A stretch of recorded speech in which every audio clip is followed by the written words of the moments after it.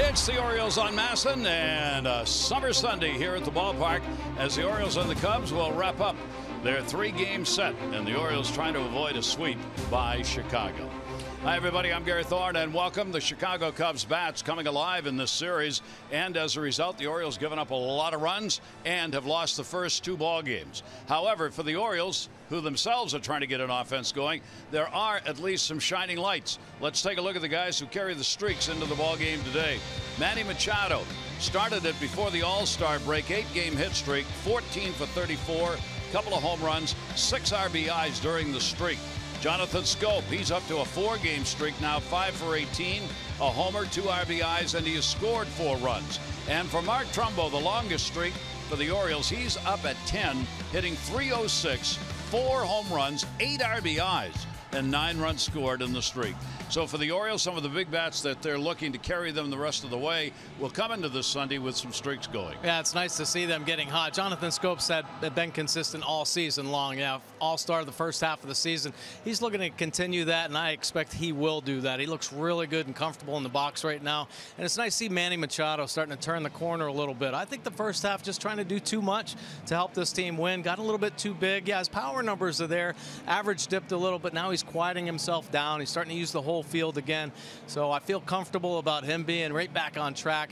Trumbo is going to be the big question second half. Typically in his career kind of tapers off a little bit, but some good news is last season when he led the American League in home runs, he hit 10 home runs in August, so that's going to be big. Nice to see his bat staying consistent here at the end of July, and they're going to need more offensive thump if the pitching continues to put them behind the 8 ball. Yeah, no matter how much thump you have, the Orioles cannot continue to give up the runs, and it continues to be the story of the starters. Ubaldo Jimenez, you do not know from start to start what you are going to get out there on the mound, and he'll rock through a couple of innings, and the next thing you know, he has that one inning where the whole thing just falls apart on him, and unfortunately it occurs early in ball games. So Ubaldo trying to make the adjustments, and again what we're talking about generally is fastball command. Yeah, that's really what it all comes down to. And if Ubaldo has his fastball command, then he's going to be able to mix in his secondary pitches, and typically he has success. What he's got to be careful about, though, is trying to establish that fastball early, because the Cubs are doing some ambushing right now. Wow, are they hitting home runs? I think they have 8 home runs in this series. So be prepared, and the ability to mix and match against these guys is going to be crucial for Ubaldo to get deep in this ball game. And Jonathan Schoop's going to be at shortstop today. He will make the start there again. Again, the Orioles are looking to add more offense. Giovitello will come on to make the start at second base, the hope being by getting both of them in the lineup at the same time, they add a little more than if they had Tejada at short and Schoop at second base. Yeah, Johnny Giovitello raking in the minor leagues, hitting over 300. He's had some success off Quintana in his career at the major league level. Jonathan Schoop, I think there's some concern about him sliding over to shortstop, but he's a shortstop through the minor leagues. It's all about positioning ultimately, and Jonathan Schoop certainly has the arm to make that play in the hole. Well, the deals are rolling. There are some more that have occurred this morning around Major League Baseball. Nationals have picked up a couple of pitches, but so has the Chicago Cubs. And today the Orioles will face the newest member of the Cubs, Jose Quintana, coming from the White Sox. He's a long innings guy. We'll see whether or not he can do that against the Orioles today, and another left-hander. When we come back, we'll take a look at the starting lineups and get set for Game 3 of this set. It's the Cubs and the Orioles, a Sunday at the park.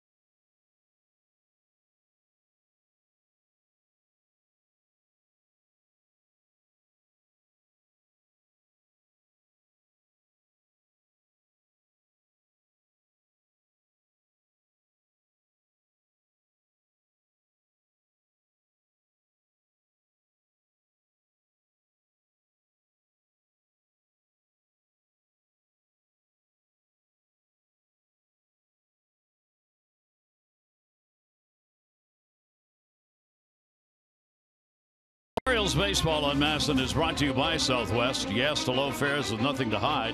That's transparency. Here at the ballpark, it is a summer Sunday afternoon.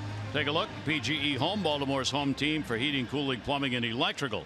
Why would you call anyone else? 87 degrees, supposed to go up over the 90 mark today. Humidity, though, at 43%, not bad, and a little gentle breeze blowing out towards left field. Take a look at the starting lineup for the Cubs. Joe Madden has shuffled it in all 3 games, depending on righty-lefty. It'll be ZOBRIST, Bryant, and Rizzo. Contreras, Schwarber back in. Happ, Haywood, Russell, and Jay. Jason Hayward has had a very big series with those 5 big RBIs. Now let's take a look at Ubaldo Jimenez's scouting report. Yeah, he's looking to quiet the Cubs. They have been hot. Their offensive team exploding. 26 hits, 8 home runs in the first 2 games. How's he going to do it? He's got to mix and move. Yeah, mix his pitches and move it around the zone. Keep them honest, bust them in, have them move their feet a little bit, set up the outside corner. But Ubaldo has had some interleague success in his career this season. Some of his best starts against the Reds, the Nats, and St. Louis, up over 7 innings a start. Ubaldo's got that going for him. Take a look at the numbers on the year. Of course, looking to lower just about everything on the board this season. Opponents hitting .258. He's given up 19 long balls. Coming in, having given up the 3rd most earned runs of any pitcher in the American League, he will start against Ben Zobrist and get a strike in there. Zobrist, a good series, 2 for 4. He has had a homer and picked up 2 RBIs. As we mentioned, the Cubs with the 8 home runs against the Orioles in the first 2 games. Pitch is going to miss inside for Zobrist. He has had a 3 for 11 lifetime against Ubaldo. Few hitters in the lineup of the Cubs have faced Jimenez during the days he played in the National League. Delivery to him, the off-speed breaking ball, a good one in there for a strike. Yeah, nice slow hook right there. A couple good fastballs to get ahead. Want to bust him off the plate. Home down with the slow curve. 1 ball, 2 strike count. Straight up D in the infield against him. Ground ball will be fouled off. The Cubs coming in trying to get the sweep. They won the first one, a 1-run ball game, the 9-8 heartbreaker. Lost on a home run in the 9th inning after the Orioles had battled back from an 8-0 deficit, and then put the ball game away early yesterday, coming away with a 10-3 win behind former Oriole Jake Arrieta, the starter and winning pitcher for the Cubs. 1-2 delivery on the way, and that'll miss a little bit outside. 2 balls and 2 strikes. Ooh, boy, Ubaldo needs that one. Looks like a good fastball in the outside corner there, and a straight 4-seamer. Just missing that outer edge. Talked about his ERA in interleague play, 3.62. Very good lifetime. Grounded to first base, and that one is going to go foul. Well, the count will remain even up, but 2 balls and 2 strikes. A good split finger right there, bottom of the zone from Ubaldo. Showing some good signs right now, but of course Zobrist being a pesky hitter right there. Able to continue this at bat. He's having himself a pretty good little series as well. Hit a home run in the first game. For Chicago, they remain 5.5 back in their division race. Milwaukee's still on top. Milwaukee's won 3 in a row, while the Cubs have won the last 2. 2-2 delivery on the way, and that one in the air to shallow center. Adam Jones will get it lined up in the high sky, lots of sunshine, and Zobrist retired.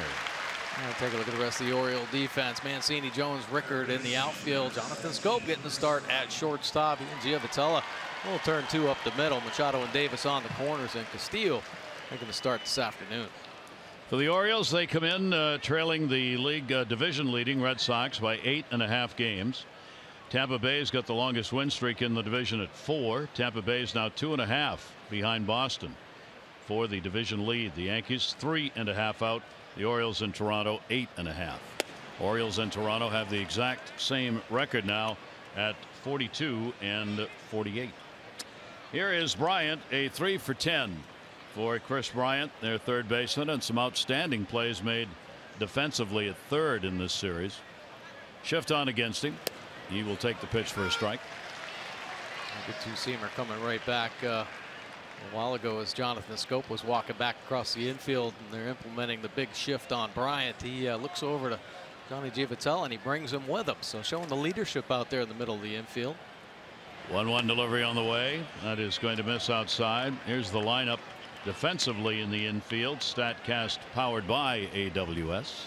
Yeah, Buck Showalter's talking about Jonathan Scope playing shortstop, and nowadays it doesn't matter. So many shifts. Even second baseman get work on the left side. Manny Machado turned a double play in yesterday's ball game as a third baseman. Swing and a miss on a great pitch down and away. Well, Bryant with a 3 for 5 last night, the 8th game where he's had 3 or more hits this season. Not going to get a hit off that pitch, though. Nasty slider right there, bottom of the zone. Key is started off as a strike. Going to work itself off that edge. 2 ball, 2 strike count to Baldo. Like so many of the Orioles, little trouble early in the ball games. Not so much the first as has been the second inning for Jimenez. 16 second inning runs. And that one is going to bite down low. Walks have been a problem for Baldo. In fact, the Orioles have 3 pitchers in the top 10 in most walks surrendered in the American League. Baldo is 5th with 42 free passes having been surrendered. A 3 ball, 2 strike count. Bryant will watch, and that's just what we were talking about. So the first walk surrendered comes with 1 away here in the first inning. Now being careful with Bryant there, obviously trying to make a quality pitch on that outside corner, just missing the edge, but got danger right behind him. Rizzo, big time pop, up over 20 home runs this season. Picked up a home run already in this series. Rizzo, the first baseman, .250 lifetime hitter against the Orioles with the 1 home run and 2 RBIs. He has faced the Baldo just a couple of times, 1 for 2 off Jimenez, and that one's going to be foul outside of first base. Take a look at Ubaldo here by situations, and runners on, 294 batting average, so a high number, way too high. Runners in scoring position elevated as well. 2 strikes, it's pretty good at 194. A big shift on again with Rizzo. Manny Machado potentially the pivot man for the double play. Pitch is in there for a strike. A lot of running done against Jimenez. Base stealers are 11 for 15 against him this season. He always has to spend extra time concentrating on base runners when they're on because of the fact he has that slow pace coming back to the plate. Bryant has stolen 6 bases, 6 out of 10. Chance for 2. There's one. Manny Machado turns it, and the Orioles get the double play. Just what Mike was talking about comes to fruition right there. So only 3 faced in the inning. Quintana will take the mound when we come back.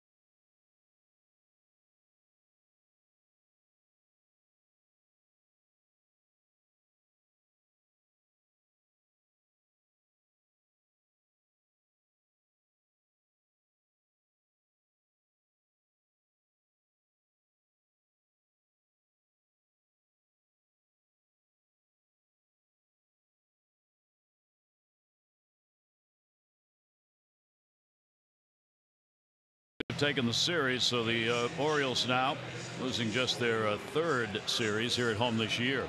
Here's the Orioles lineup, brought to you by Southwest. Yes to low fares with nothing to hide. That's transparency. Jones, Machado, and Scope, Trumbo, Davis, and Mancini, Castillo, Giovotella, and Rickert against Quintana. Adam Jones, high numbers. Now let's take a look at Quintana's scouting report. This is his Cubs debut. Yeah, traded over the All-Star break for 4 minor leaguers, a couple of those top prospects. Got 2 quality pitches. 4-seam fastball he likes to ride at the top of the zone. Natural cut to that pitch. And a slow curveball with a good finish. Likes to bounce it. Occasionally you'll see a changeup, but primarily just the 2-pitch mix. But he has had problems here at Camden Yards. Yeah, 6 home runs given up here at Camden. More than any other park. He's had problems beating the Orioles. Only 1 win in 6 career starts here at Camden. You see the numbers on the years. He's given up 14 home runs this season. 246 overall average. Adam Jones will stand in. Adam trying to get out of an 0 for 10. That includes an 0 for 9 in this series. And if he's going to do it, as we said, this looks like a pitcher to do it again, since he's 8 for 14 with 2 home runs against Quintana. Left-hander's pitch is going to be fouled away. Quintana faced the Orioles earlier on the other side of town with the White Sox back on May 7 on a 4-0 loss. The Orioles won that ball game. He gave up 4 runs, 9 hits in the 5 innings worked, throwing 94 pitches. 1-1 delivery on the way, and an off-speed breaking ball that will miss, a little low. 2-1. Tries to get that backdoor breaking ball. He's staying away from Adam right now. Primarily likes to work in with that fastball, but I think the numbers that Adams put up on him, making a little adjustment. And a swing and a foul tip. That one coming off the bat right at the plate, and the count at 2 balls and 2 strikes. So Adam trying to get the bat going after the All-Star break. He's hitting only .209 in the month of July, and we are more than midway through now. .209 with 2 home runs this month. 2 ball, 2 strike count. Quintana's delivery, a breaking ball, nasty. Play's got to be made at first. Contreras waiting for somebody to get there. Rizzo over, and a strikeout and an assist. He certainly knows how to finish with that breaking ball. Either attack high in the zone with the fastball or bury the curve. He does, perfectly executed down and in to Adam Jones. Adam swinging over the top of that one. He's had now 110 strikeouts in 104 innings. So he can get you on the K. As we said, he is a workhorse. Historically, always pitching a lot of innings. Cubs hoping they'll be able to get that, and they hope they will be quality innings. His record 50 and 54 lifetime. Manny Machado in. Machado will take the pitch away. The 8-game hit streak for Manny. He has faced Quintana 12 times, picked up 3 hits in his career. Left-hander working the outside part of the plate, or trying to, missed again, and the count goes to 2-0. Maybe starting this game off working that outside corner, and then as the game progresses, probably be more aggressive inside. 2-0 delivery. Manny will pop that one up. First base side, high sky, best angle. Zobrist at second. That's a long run and a nice play. Joe Madden's all-time MVP, most versatile player. Zobrist playing second base. And that is a great play, really. Rizzo gave up on that ball. Zobrist was in no man's land out there. Hayward didn't think it was going to get out to the outfield. How about that running play by Zobrist? Yeah, super utility. There's the rest of the Cubs defense. Jay Happ and Hayward in the outfield. Russell joins Zobrist over at shortstop. Bryant's at third. Rizzo over first, and Contreras 3 games in a row behind the plate. Why not? He has been raking. So a 2 down, nobody on. Quintana will face Jonathan Schoop, playing short. 4-game hit streak. 3 for 9 in the series. Swing and a miss on the 95-mile-an-hour with some movement. Breaking down and in. The Orioles continue their struggles against left-handers. They are 13 and 15 against left-handed starters. And that number is 20th in the major leagues win percentage wise against lefties. So they're going to continue to see them from ball clubs in the second half. Whenever ball clubs can get a left-hander to go against them, they'll do it. 0-2 delivery coming. Not yet.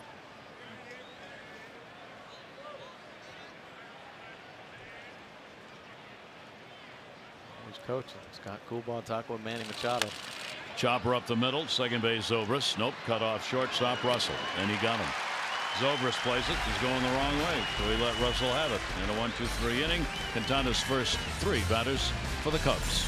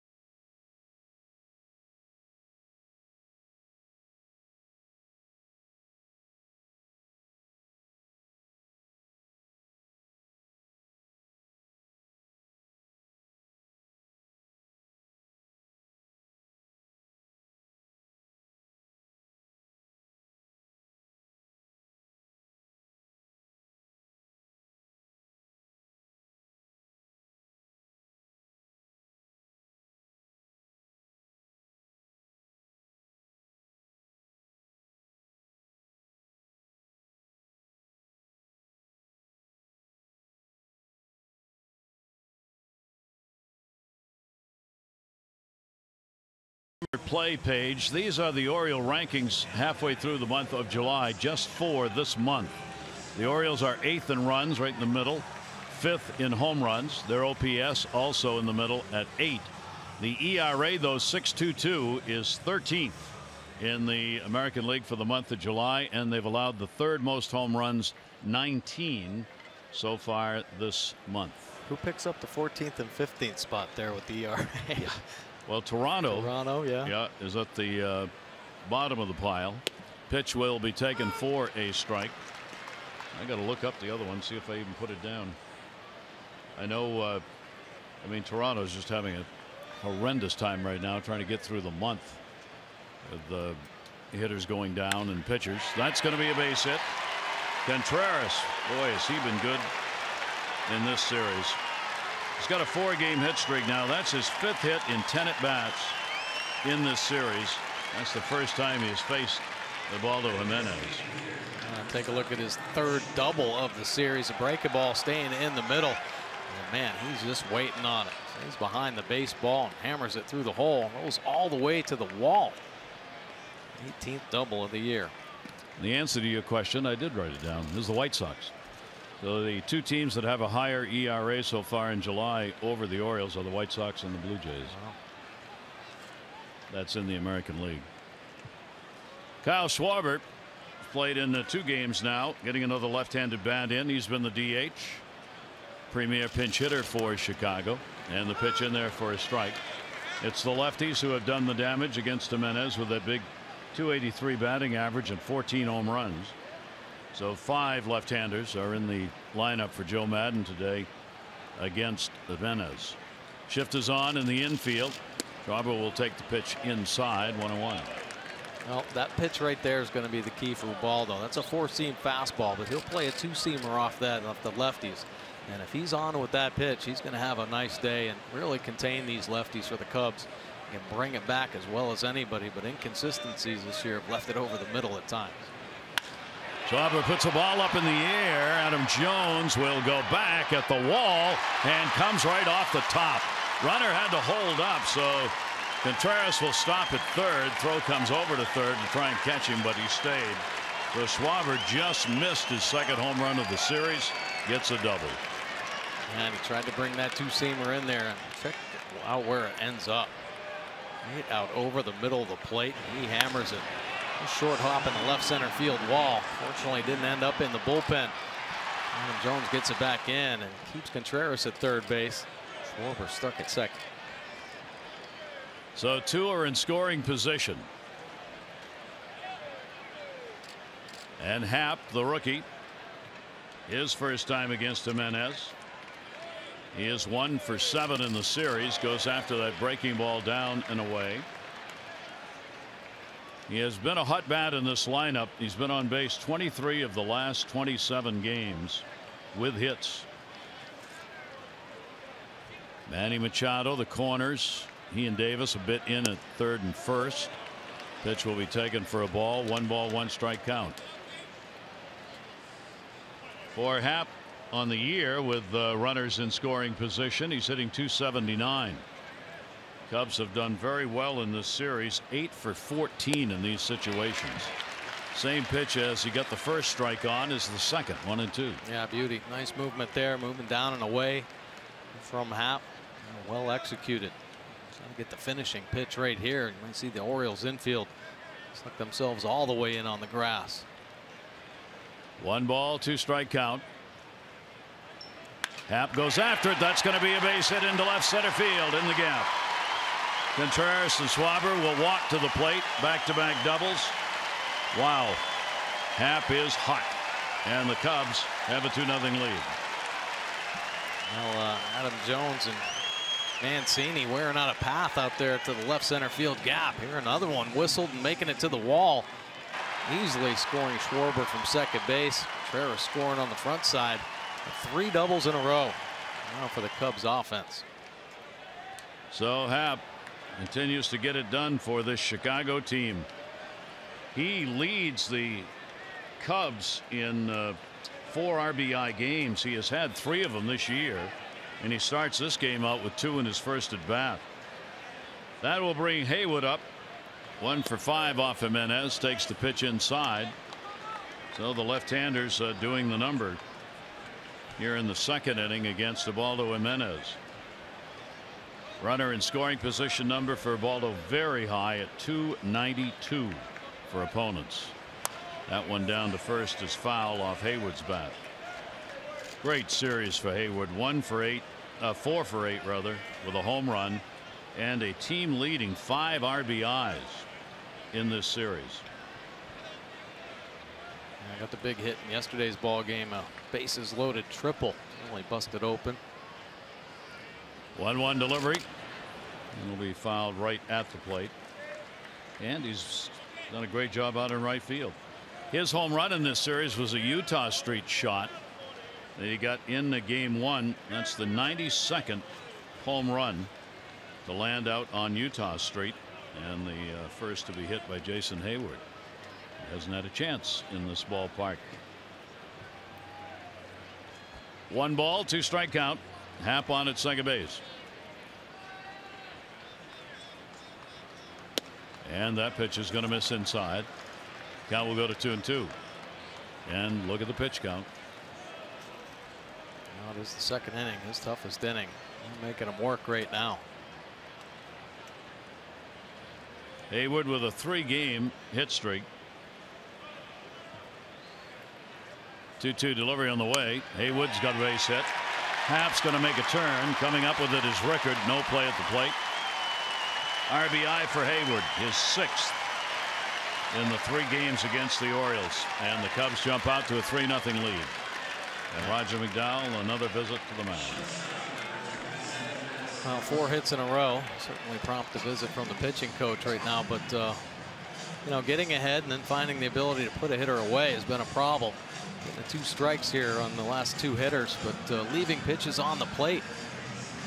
Just unable to finish off the split finger to Happ as it stayed up and out over. Even worse pitch. I mean, better pitches in strike 1 and strike 2. They were down in the zone. The 2-strike pitch was elevated. Gave Happ a chance, and Hayward there, the breaking ball just staying too much on the plate and elevated, slapping it through that first and second base hole. This is a dangerous offense right now. They are starting to click.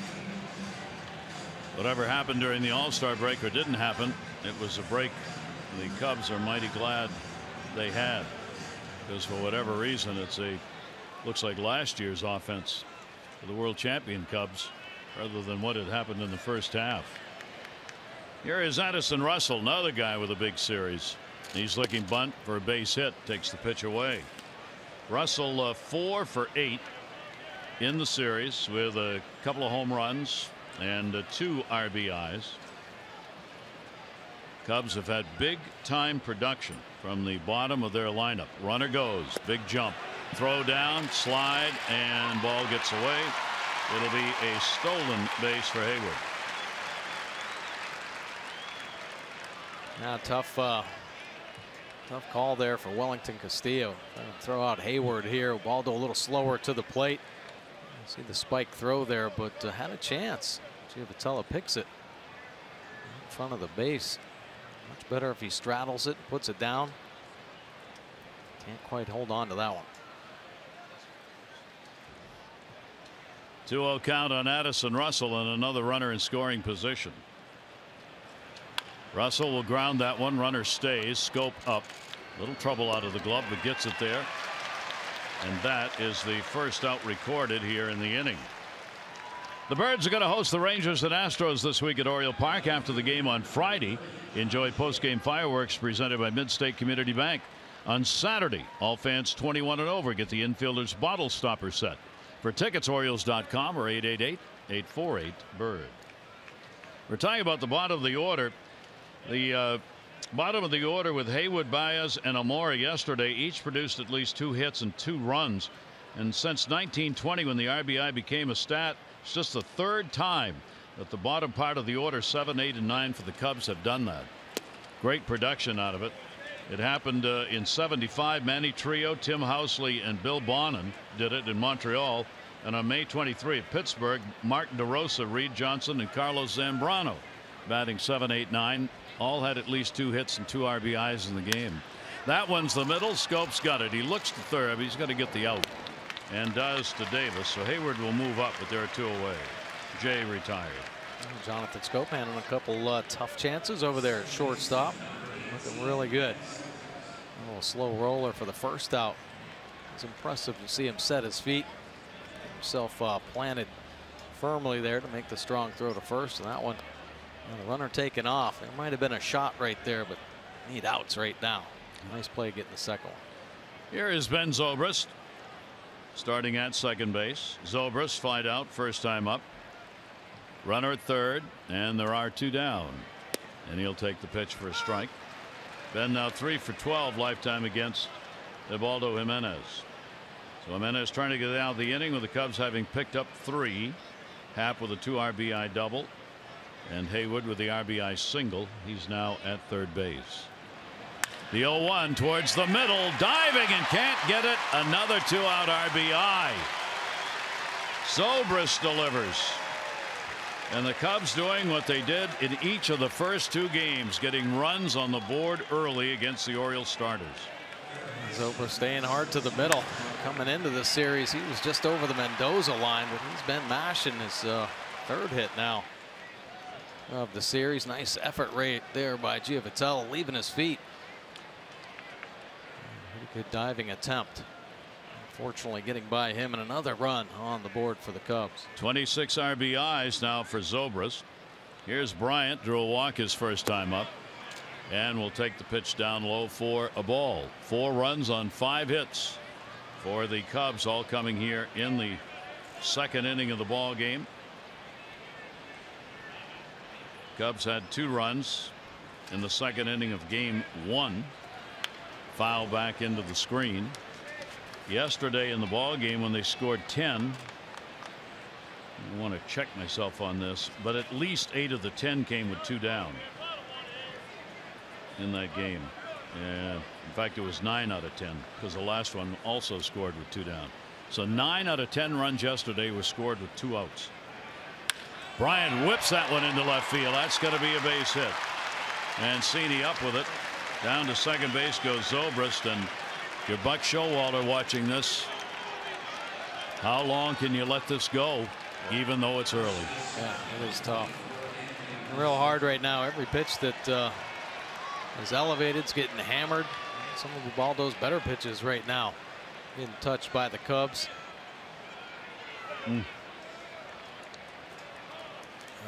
No on the bullpen phone. Early phone call. 2 down, runners on at first and second base. They've batted around. Rizzo, 9th man up in the inning, will take the pitch away for a ball. Amazing how these Cubs have just attacked. And Blyer, who's been asked to do long work in the series already, is up again.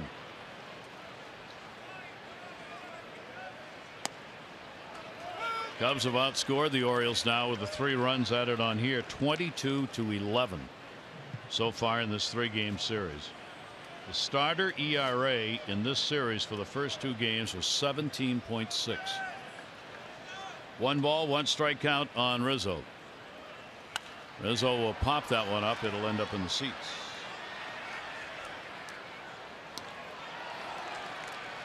Yeah. With the All-Star break, you know, everybody hoping that things might change the fate of the starting rotation, but they've only pitched coming into this game to 7 2/3. Early exits by both Gausman and Miley. It appears it's going to be another one here for Ubaldo. Leader in home runs at the plate for the Cubs with 21, and will take the pitch inside. Along with their hit and run barrage, they've shown pretty good patience at the plate. Baez has been a little free swinging up there when he's not in today, but the others have taken a lot of pitches. They haven't been overly aggressive in swinging at balls out of the strike zone. 2-2 delivery, and we're going to get a 3-ball 2-strike count.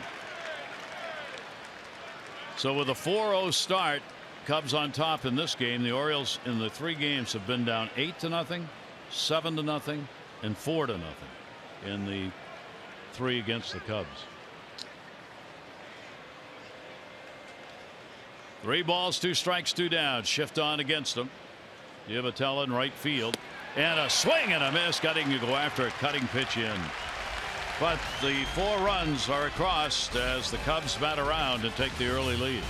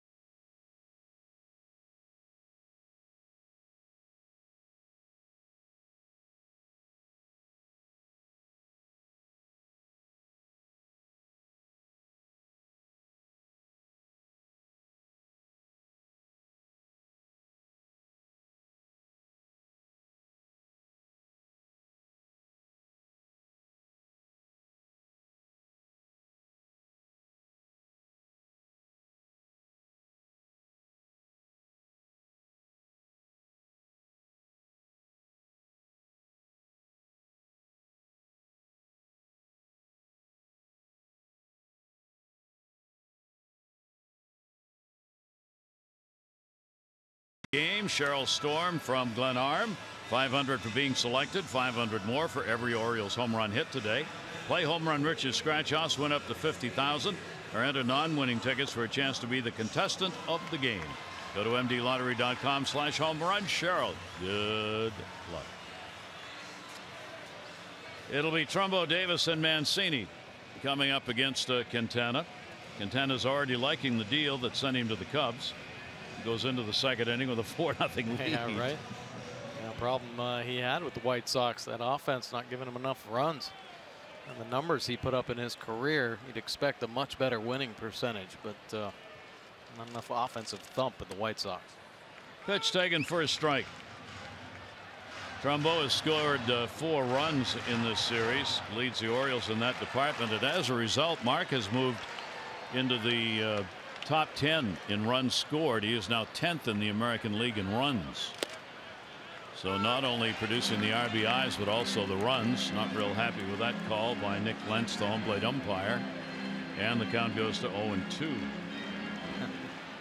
Mark saying, "You sure that one caught the outside corner?" Umpire, "Yeah, of course that did. I wouldn't have called it a strike." Head shake there from Trumbo. Exactly. I don't think so. 0-2 delivery on the way, and a swing and a miss. Tag put on. 2 strikeouts for Quintana. Now Quintana doesn't need help locating that fastball, but gets that second strike called and it goes right to the breaking ball at the bottom of the zone. Very rarely does he make a mistake with this pitch when he's ahead. Buried it already a couple times in this ball game. Just shaking his head. That call put him in the hole, set up the strikeout.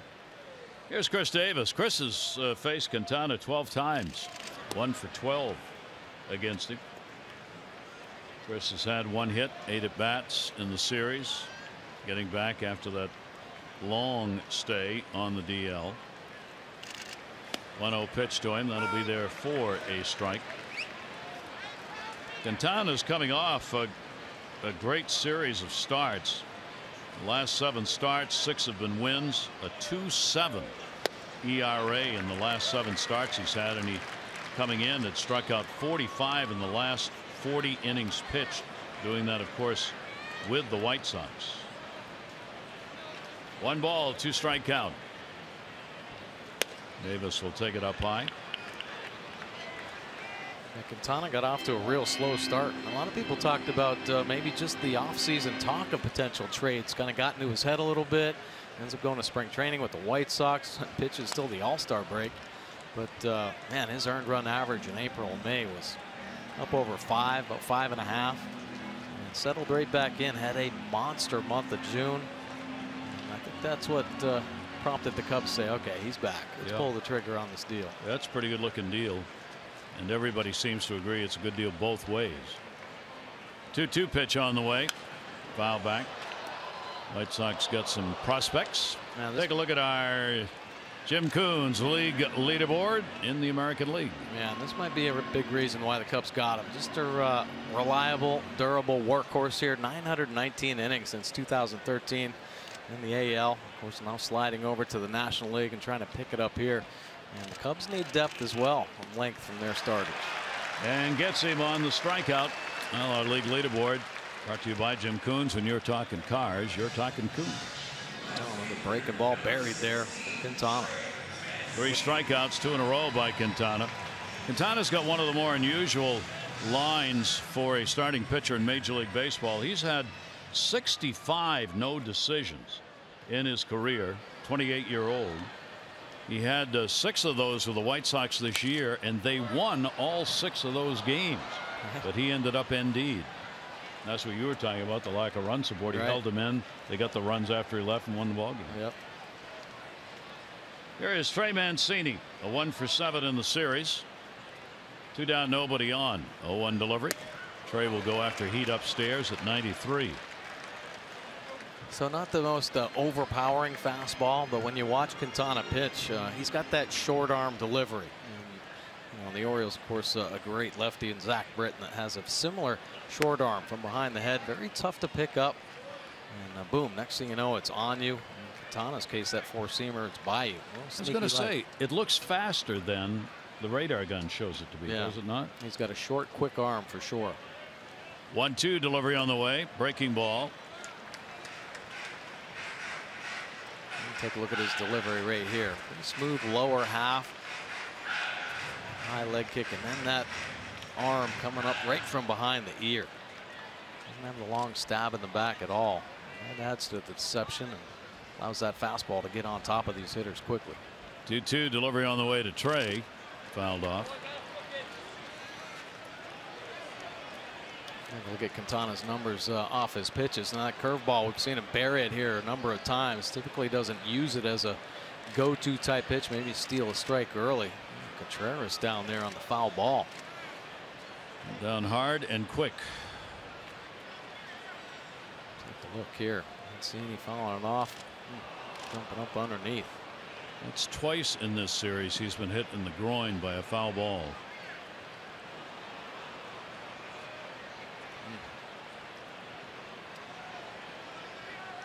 And obviously no joking matter, as we talked about before. Caleb Joseph, of course, went through that on a serious foul ball to the groin. Changed the cup protector to that, what they use for bulletproof vests now is what they're making the cup protector out of. Kevlar cups, As is true in all of baseball, no matter how much you wear for protection on whatever part of the body, somehow the baseball has a way to find the part that's not protected. Exactly. Exactly. Trey Mancini will come back. 2-2 count on him with 2 down. And his 8-game hit streak snapped last night with an 0 for 3. Quintana will get that one foul back. Well, in this year of the rookies, Trey is one of the good ones. 3rd highest batting average of a rookie, 3rd in home runs, tied for 3rd in RBIs among rookies. He, of course, among all hitters in the American League, is 1st best average runners in scoring position. Pitch will be outside. We talked so much about the rookies during the coming week when the Texas teams are in. We're going to take a look at what this year has meant for rookies and how it compares previous seasons. Are these rookies this year having a really explosive first season, better maybe than ever? And that one is going to be caught by Hayward. So 6 in a row retired by Quintana in his debut with the Chicago Cubs. Cubs lead it.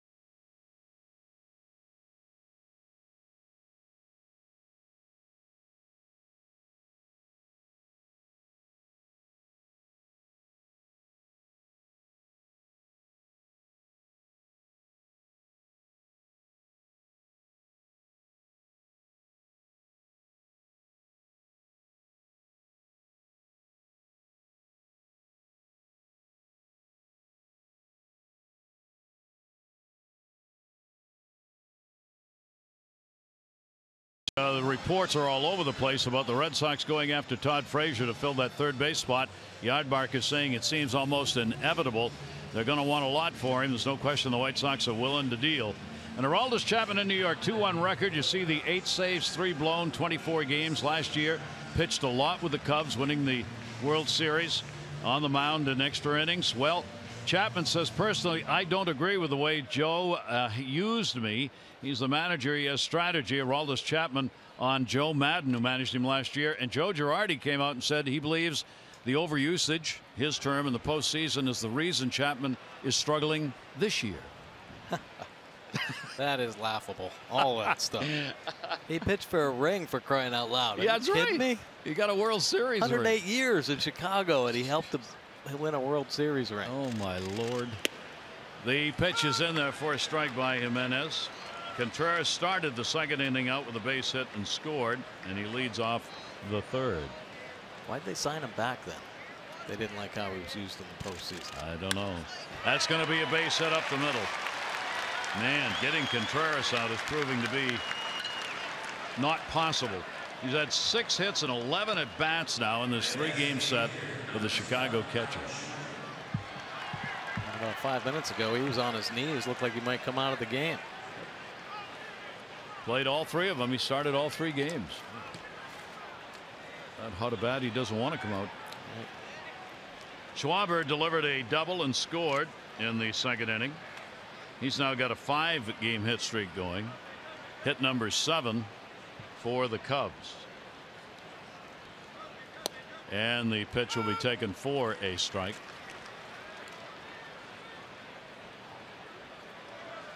Oh and 1. Red Sox bullpen just kind of meandering about. Guys getting ready to throw. 0-1 delivery on the way, ripped. The ball just is not fooling anybody here. They're hitting the ball hard on the base hits and on the outs. 0-2. Well, he's been ahead of a few hitters. I've got to find a way to put him away. Put away pitches have been mistakes, staying up in the zone. Bounce a couple. Runner off first, 0-2. And that'll be away.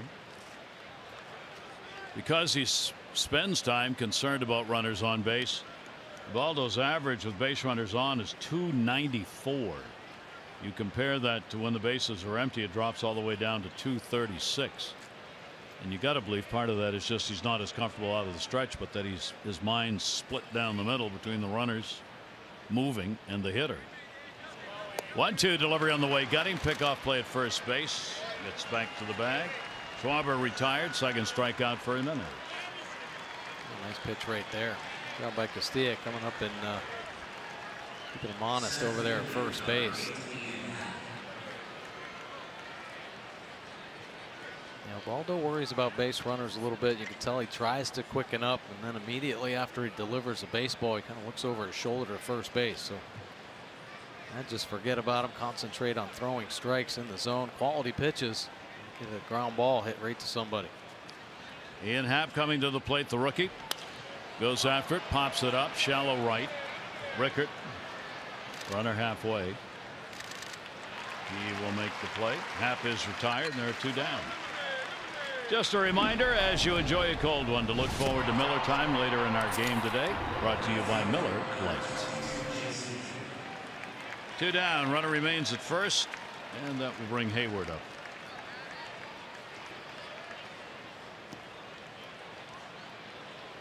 Taking his time. Give his pitcher a few more seconds to sit. Hayward with the RBI base hit in the second inning, and he also picked up a stolen base. 27-year-old veteran out of Atlanta, Georgia. And the pitch is in there for a strike. Got a pretty good deal on Hayward. They picked him up as an 8-year major league free agent. Got the contract. Big contract. Yeah. That one's going to be to right field. That's going to fall in for a base hit. Contreras going on contact will go to third. Good quick retrieval by Rickert. And Hayward gets the base hit. He is 2 for 2. Cubs cover the corners with 2 down.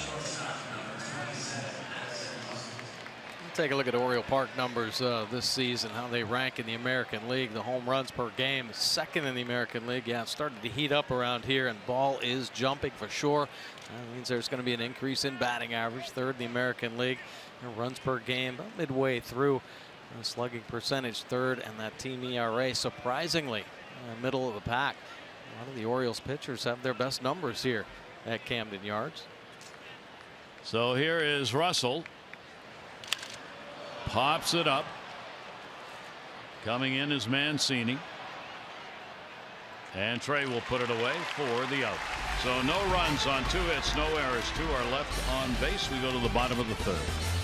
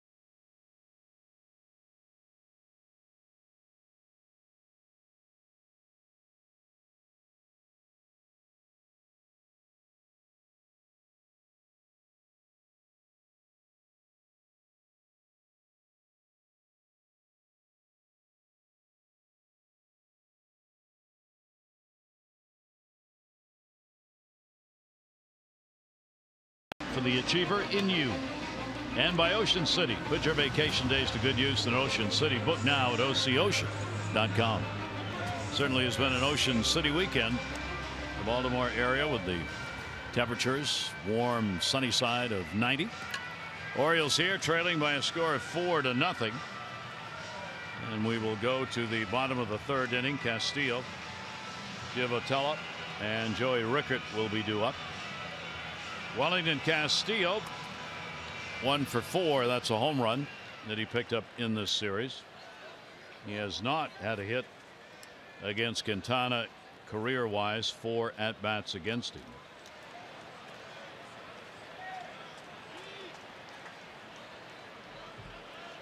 Left-hander's delivery to him, and heat at 92. 0-1. Orioles a hard time getting to the fastball right now. Quintana.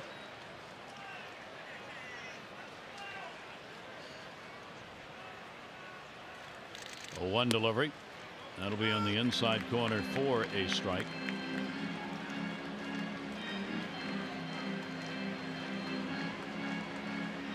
Quintana was a highly sought after pitcher in the trade market, and the White Sox made it very clear they were dealing. And the Cubs able to cut a deal that a lot of other ball clubs would like to have done, to add a starter to a number of the rotations for teams that are in solid contention for the postseason. 1-2 delivery on the way, and boy, did he fool him on that one. He'll be tagged out. Strikeout number 4. Now the breaking ball buried again. You get a little protective of the fastball on the inside corner. Plays that breaking ball right off the heater. Couple heaters in there, and boom, right over the top. Johnny Giavotella will stand in. 4 for 8 off Quintana. That's one of the reasons he's in this ball game. Also to give the Orioles overall just a little more punch. Delivery by Quintana will be taken for a strike. The Cubs will play in at the corners. Bryant at 3rd, Rizzo at 1st, sneaking in even further on that first pitch. Not protecting the bunt, but I don't think Johnny G's up there to do any bunting. He wants to drive the ball in the gaps. Had 22 doubles in AAA. first half of the season. Fifth game he has played in for the Orioles. Has had 1 hit, 1 for 7. He's come in as a pinch hitter in 3 separate occasions for the Orioles, going 1 for 3 in that role. Adding to the bench strength of the Orioles and some help depth-wise in the infield with the Ryan Flaherty and J.J. Hardy both out. 0-2 pitch, and that one's going to miss up high. Giovitello, a solid offensive player. Kind of got that stigma defensively. Subpar defender. Of course, Buck Showalter loves guys that are plus defenders, but he needs a little spark offensively. Call him up. That bat, career 300 hitter in the minor leagues, and made the All-Star team in AAA. 306. I mentioned the 22 doubles, but 4 triples and 5 homers as well in AAA. Good numbers. A 2-ball, 2-strike count on him, with Rickard waiting on deck. And another swing and a miss. 5 strikeouts, 4 of the last 5 batters. Well, he hasn't missed locating the breaking ball. I'm not saying throwing it for strikes. He's throwing it for pitches that look like strikes, and then the bottom's just dropping out of it. And we've already seen a few times in this ball games hitters swinging over the top and the breaking ball ending up in the dirt. He has struck out as many as 10 twice. Last outing against Colorado, he struck out 10 in 5 1/3 innings. And earlier on against Kansas City, he struck out 10 in 6 innings. Joey Rickard will take it for a strike. 2 down, nobody on. Quintana trying to go through the lineup the first time without giving up a base runner. 0-1 pitch. Joey will take it away. Rickard making the start in right field now. He's played a good deal of left field, but with Davis back, Mancini's bat's got to stay in the lineup, so Buck Showalter inserting Mancini in left. So Rickard in these games makes the start in right. 1-1, bunting for a base hit, popped it way up, and that's going to be Bryant who will haul it in, and he does indeed retire the first 9 batters he faces in a Cubs uniform.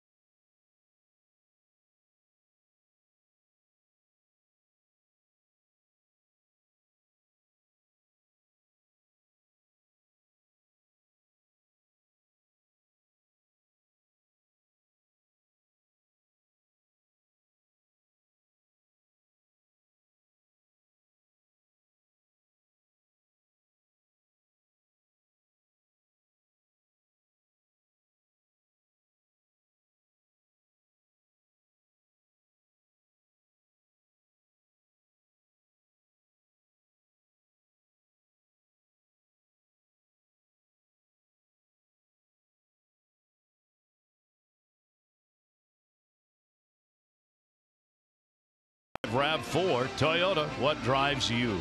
Visit buyatoyota.com for great deals. 4-0 lead for the Cubs over the O's on this Sunday. Enjoying the ball game. Mark Viviano. Michael George is the young man he's got sitting on the shoulder there, and Meg the wife, and they're looking at the TV and he's pointing out parts of the ballpark. What does a sportscaster do on his day off? He goes to the ballpark. That's great. There are your pitch counts for the 2. Jimenez back to work here, and the pitch will be taken inside.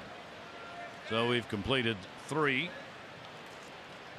John Jay up for the second time in the ball game. He grounded out his first time up, 3 for 9 with a home run lifetime off of Baldo. That's down to first and will be foul. Jay with a number of at-bats against the Orioles as he gets the shot in this game in left field and batting in the 9 spot.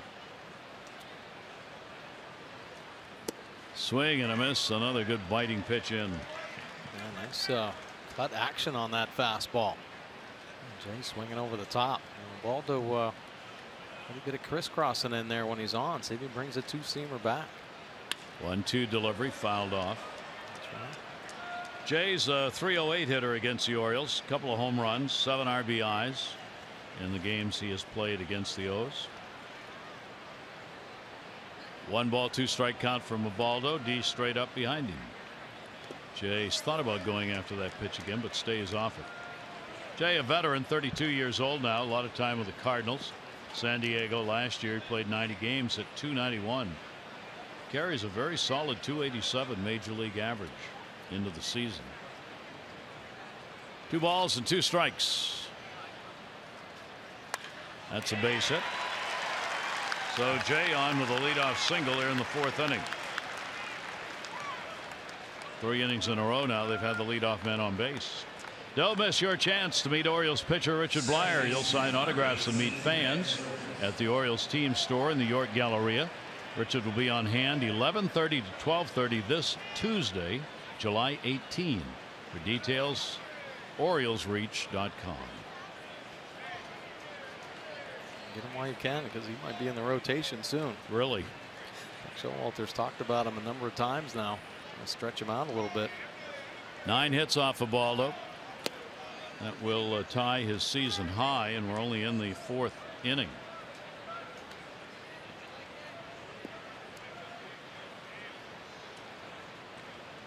Zobrist a base hit and an RBI, and he is flied out 1 for 2. Ben Zobrist, of course, played more games against the Orioles than any other Cub. .288 lifetime hitter against the Orioles. Buck Showalter talked about pitching backwards. We'll talk about that in just a minute. I'd like to think we've thought about every possibility. We'll talk about it in just a second here. We mentioned it on the air, so wanted to get Buck's reasoning as to whether or not he would even consider it.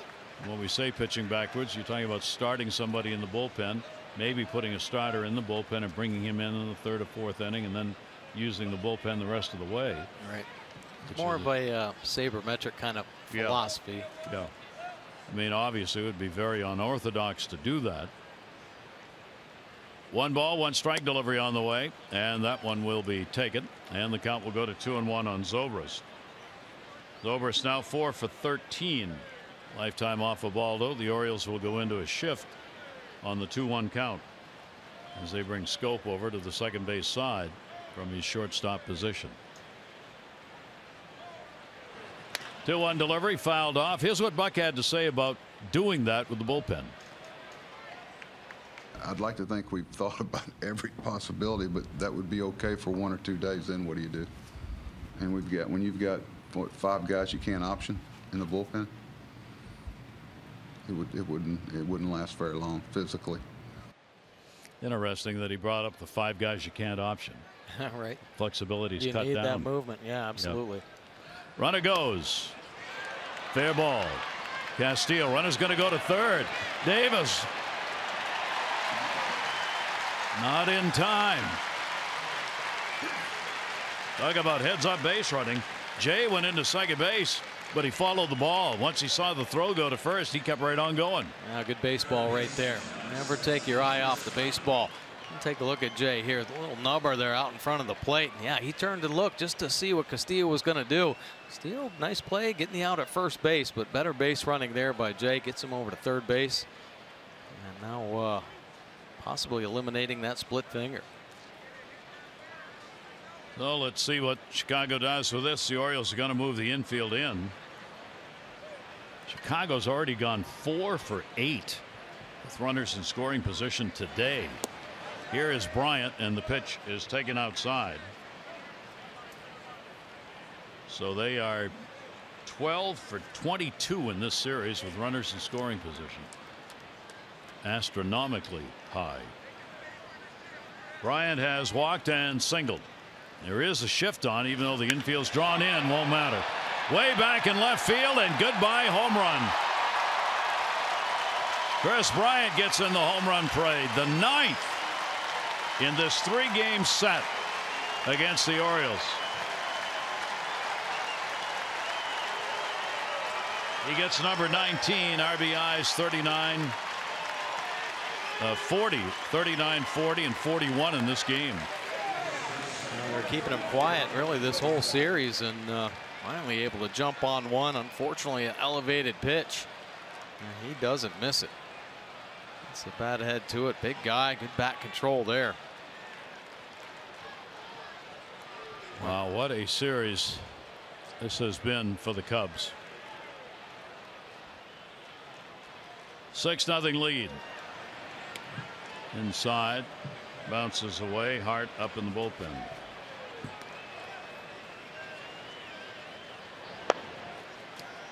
Well, you know, you asked Buck that question about bullpenning, and it just seems like he's been having to do it all year anyway. Yeah. You know, with the short outings.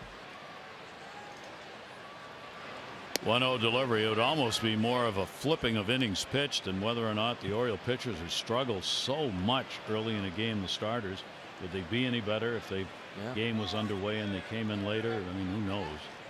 But as Buck said, you start doing that, boy, just double up on the problems trying to figure out how to use the bullpen. 2-0 delivery on the way, and that will be fouled off by Rizzo. He has struck out and hit into a double play, as the Cubs now have 10 hits, 6 runs on 10 hits through 3 and a third innings. Only one down, base is empty. The 2-1 delivery on the way, fouled off the other way by Rizzo. Cubs are going to stay on the road. They'll make their first visit to Atlanta's new ballpark. 3-game set will be played there before they get back to Wrigley Field. They are 20-25 on the road right now. 2-2 pitch on the way. Again jammed him and again fought off. He's been making a nice pitch with that little cut fastball there, the slider. Boring in hard on the lefties.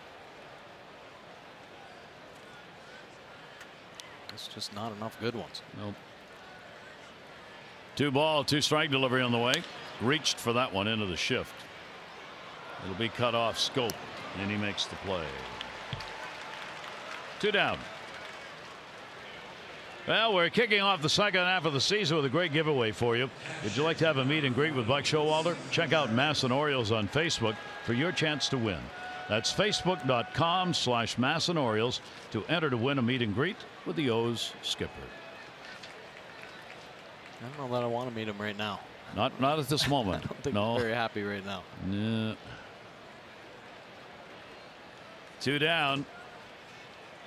Contreras 2 for 2. He's had 2 singles and a run scored. Pitch on the inside corner for a strike. Their young catcher now with a 4-game hit streak. 6 hits in the series, 6 for 11, a home run, and 4 RBIs. Orioles quickly moved to the shift after the 0-1 count.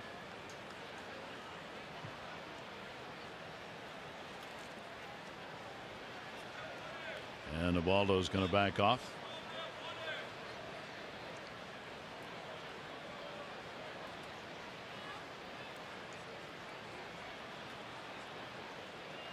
Wilson Contreras will step out again as Castillo will go up for the signs here.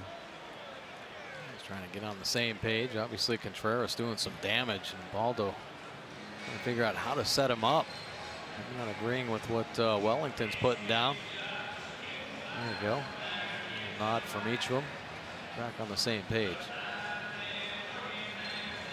8 years in the minors for Contreras before he got a major league chance. He's only 24. No, I just turned 25 out of Venezuela. 0-1 delivery on the way, and that's going to be taken for a strike at the knees. He has certainly been impressive in this 3-game set.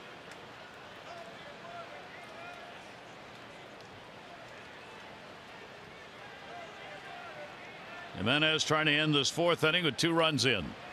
And the breaking ball will miss inside. A 1-ball 2-strike count. Contreras last year got the call up with the Cubs. 76 games, hit .282. He had 12 home runs, 35 RBIs. That'll get your attention. Minor league .283 career hitter. Only 39 home runs in the minor leagues. 517 games. That one hits Ubaldo and goes to third. Machado up, the running throw not in time.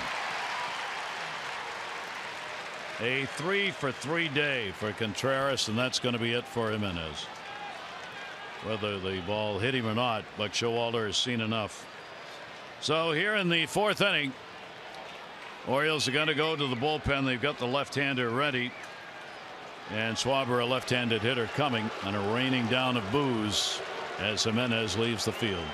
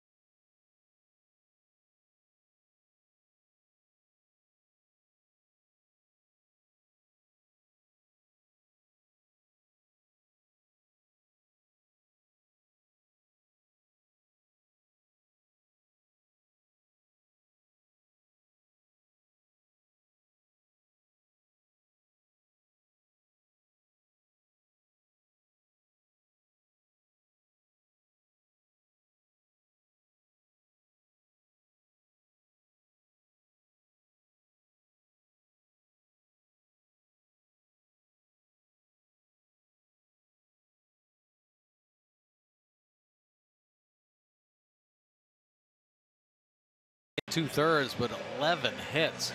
Now the Cubs came out swinging, did not stop. Tagged them for 6 earned runs. There's the 1 home run by Bryant. Only 1 walk and only 2 strikeouts, filling up the zone, but they were filling it up with hits.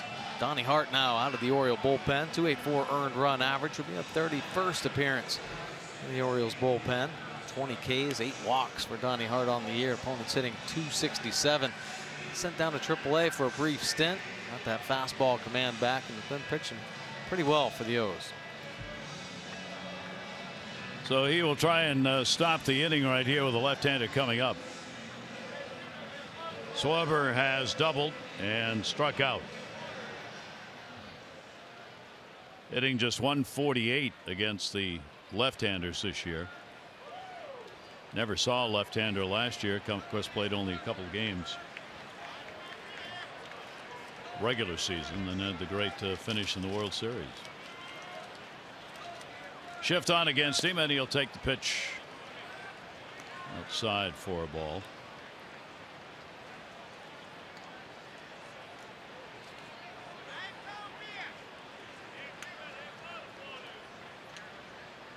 One-0 count. Shift on against SCHWARBER.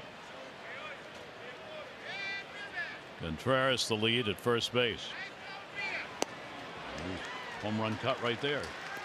Sure was. Just enough bend though on the Hart slider. He's sweeping across the plate. Good location for those last 2 pitches. Contreras on at first, having his 6th 3-hit ball game. He's never had a 4-hit game. And get a chance in this one. 1-1. Fair ball. No, foul. They looked at each other trying to figure out who would make the call. Home plate umpire Nick Lance has it till he goes past the bag, and then it's up to Greg Gibson at first base. And Gibson ultimately made the call that it was foul. Take a look here. Chris Davis bouncing off a little bit. Boy, started fair and just kicked foul or got to the base. It was close though. Lance had to do a little dance while he was watching the baseball, which he did. 1 ball, 2 strike count. Schwarber now with a 5-game hit streak. The double he picked up earlier. 1-2 delivery and a big cut. So Hart comes on, he gets a strikeout, 2 more runs in. Bryant his 19th home run for the Cubs.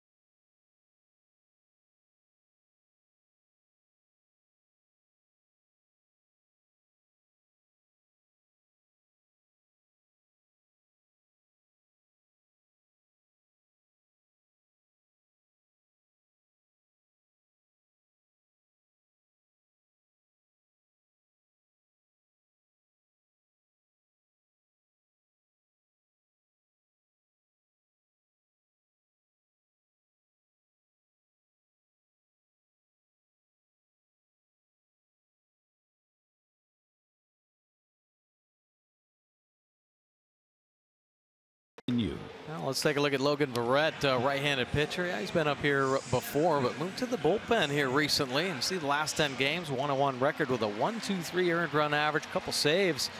And how about the 13 punch-outs in 14 2/3 innings of work. And this season started off a little bit rough, but obviously lowering the earned run average down to 3.96 right now, but completely controlling the right-handed hitters at 175 in last 30 games. Opponents hitting just 170, so he could be up here soon.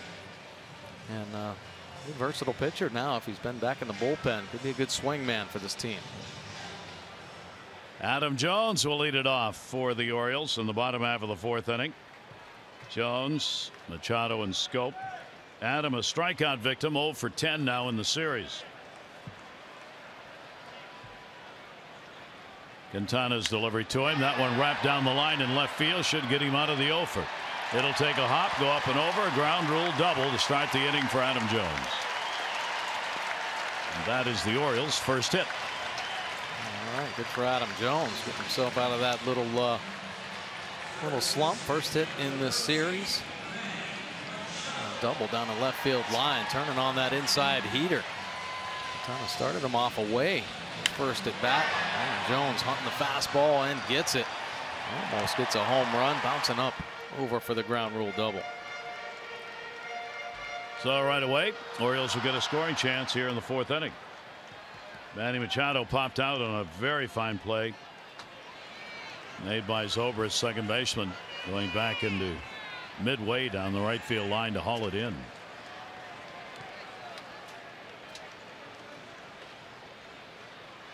Quintana's delivery will be outside. Quintana also has an enormous average with runners in scoring position, 342. And that's about 80 points higher than the average. Yeah.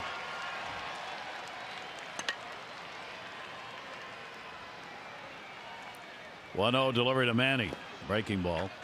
Well, we checked the Orioles starters in this series. It's not pretty. Kevin Gausman in 3 innings gave up 8 runs.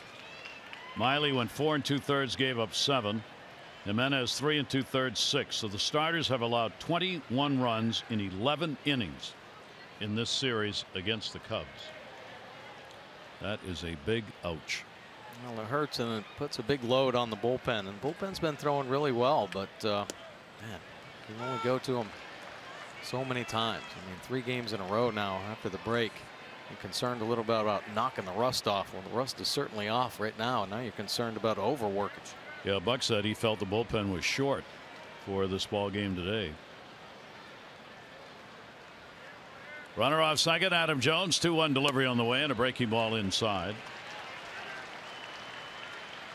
The ball to now is a starter, just as a starter, because he has worked out of the pen. He's worked 70 2/3 innings, so the average has been just a tick over 5 innings average per start for Jimenez. And that's pretty true for most of the Orioles starters except Dylan Bundy. Absolutely.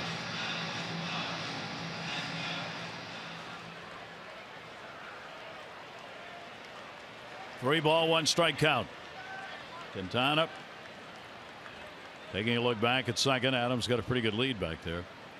Ball will be fouled away. And Manny will be hitting with a full count. 8-game hit streak for the Oriole third baseman. He's trying to drive that average up. Tough to do. You got to get a lot of hits this time of the year in order to pump that average. But you only need to get a hit right here to get an RBI. 3-2 delivery. Quintana off speed. Near the seats and in them. Well, Quintana got away with one. Unfortunately for Manny, it fouled off up into the seats. A hanging breaking ball. One of his rare mistakes with 2 strikes with the hook. Manny's 8-game hit streak is the longest that he has had this year. Hitting .412 during the streak coming in. Makes 6 RBIs. Couple of home runs during the streak. 3-2 delivery to him. And tried to pounce on one. Fouled it straight back. Nice aggressive cut right there from Manny Machado. Staying behind the baseball right now. Not going out and getting it. Letting it come to him. That has been a key for Manny's recent success at the plate. Good month of July for Manny. .348. 3 home runs. Jones off second base. And Quintana with the 3-2 delivery. And that's fouled the other way again.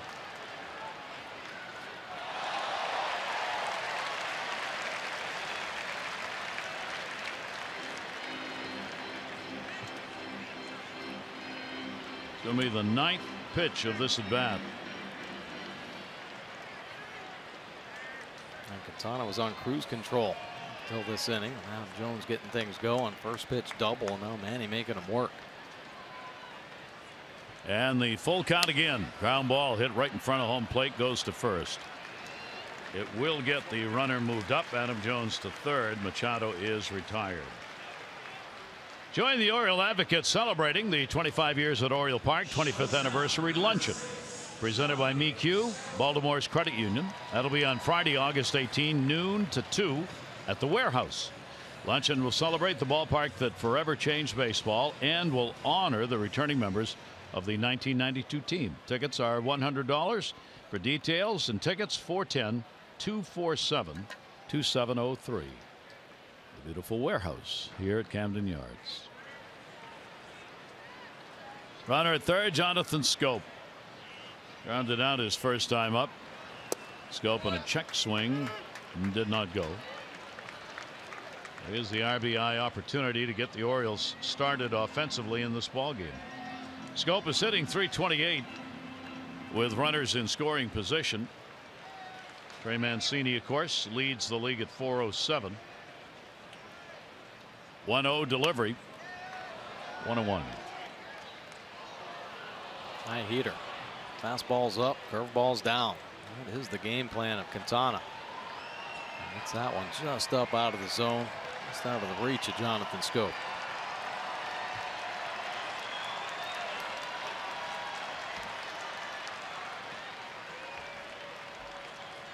And the 1-1 delivery on the way, and that will be taken for a strike. Take a look at the situations here, Gary. You were talking about runners in scoring position. Just ballooned number up to 342. And nobody on. Pretty much deals. And as the pressure gets on, with runners on, it gets higher. Scoring position, boom, 342. Orioles need to take advantage of this opportunity. 1-2 delivery. Jonathan, did he go? You've got to worry about getting the runner back. They do. He did go. Ball was dropped. There's the out. So Schoop retired on the 6th strikeout for Quintana. That was an interesting couple of seconds right there. Quintana and the catcher Contreras are waiting to see the call. They were signaling to first base while he's trying to find the baseball. Right. Take a look right here. Another hard breaking ball finishes off down in the dirt, and everybody kind of waiting for the call. Schoop as well. And finally the call goes against Jonathan. He hustles down the line, and Contreras comes out to make a lane, and there's a bullet to Rizzo. Get that out. Up high to Mark Trumbo. Trumbo, a strikeout victim, his first time up. 0-1 count, 2 down. So the Orioles got the leadoff double from Adam Jones, but they're going to have to try and get him in with 2 away.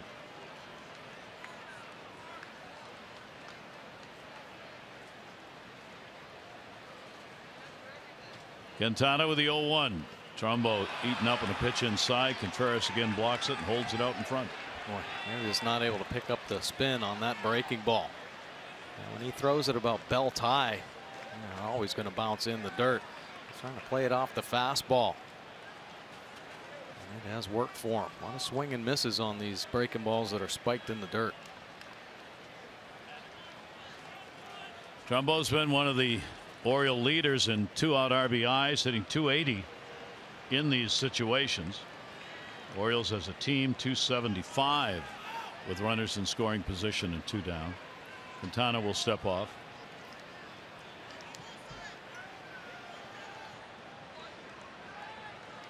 Strikeout victim, his first time up. Mark Trumbo trying to get Adam Jones in from third base. 0-2 delivery on the way. Up, got him, and that's it. 7 strikeouts, and the Orioles strand Adam Jones at third. They trail it 6-0.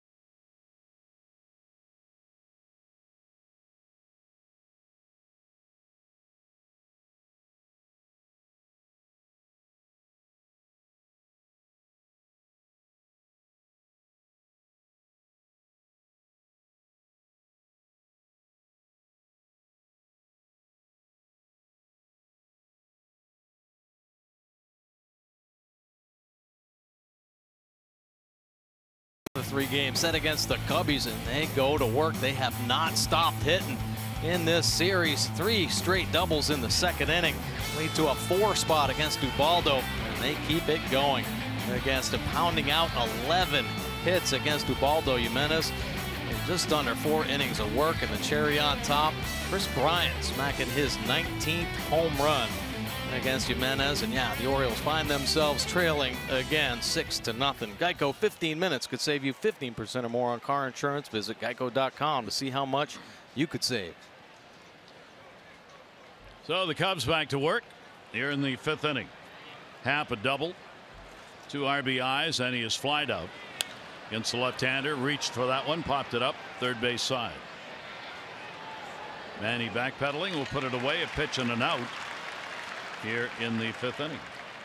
Our Heritage Automotive road ahead. Heritage Automotive offering you 20 convenient locations throughout the Baltimore area. Visit them in store or online at heritagedealers.com. Now Rangers coming in town, 2nd place in the American League West Division. 4-game set here against the Orioles in all 7 o'clock starts. Tillman, Bundy, Gosman, and Miley are the scheduled starters.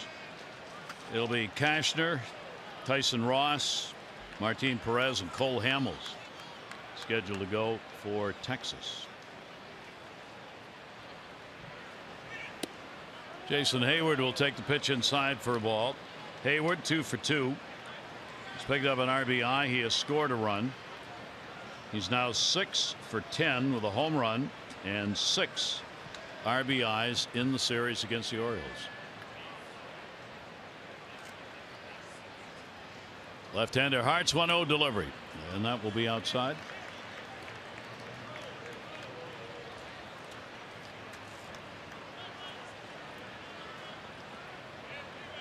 Buck Showalter was talking about this Cubs team and so many #1 picks here. Hayward #1 pick for the Atlanta Braves. They signed the big deal here with the Cubs. 2-0 delivery is inside. Yeah, they both without getting people drafted by other teams and within, their draft picks on the club are all seemingly 1 first or second round. Right. Yeah. Everybody on the field. Right.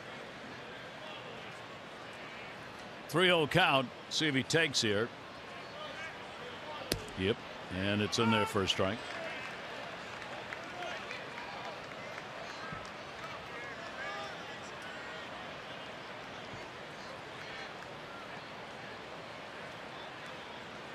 Three and 1 to Haywood with Russell waiting on deck. Outfield deep. 3-1 pitch on the way. That one ripped to first base. Nice stop made by Chris Davis. 2 down. Nice play by the crusher over there. Keeping the feet active. Let's take a look here. Hayward getting on one, smoking it down the line. Great positioning there by Davis. Establishing that glove early. Staying low to the baseball, traveling low. That is the key. Keep those eyes right down around the height of the baseball. Here's Addison Russell. 0 for 2 in the ball game. Grounded out, flied out. Cubs have not been retired in order with a clean inning here in the ball game so far. Chance of Hart to do that right now. Base is empty and 2 outs. Sweeping pitch. It's going to be inside.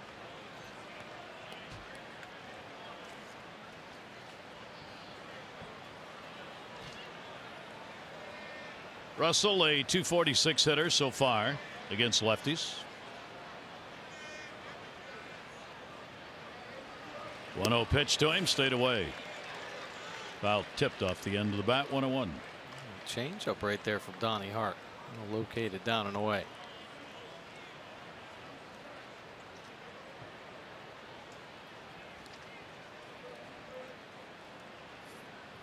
I bet Buck Showalter's thinking about tomorrow as well as today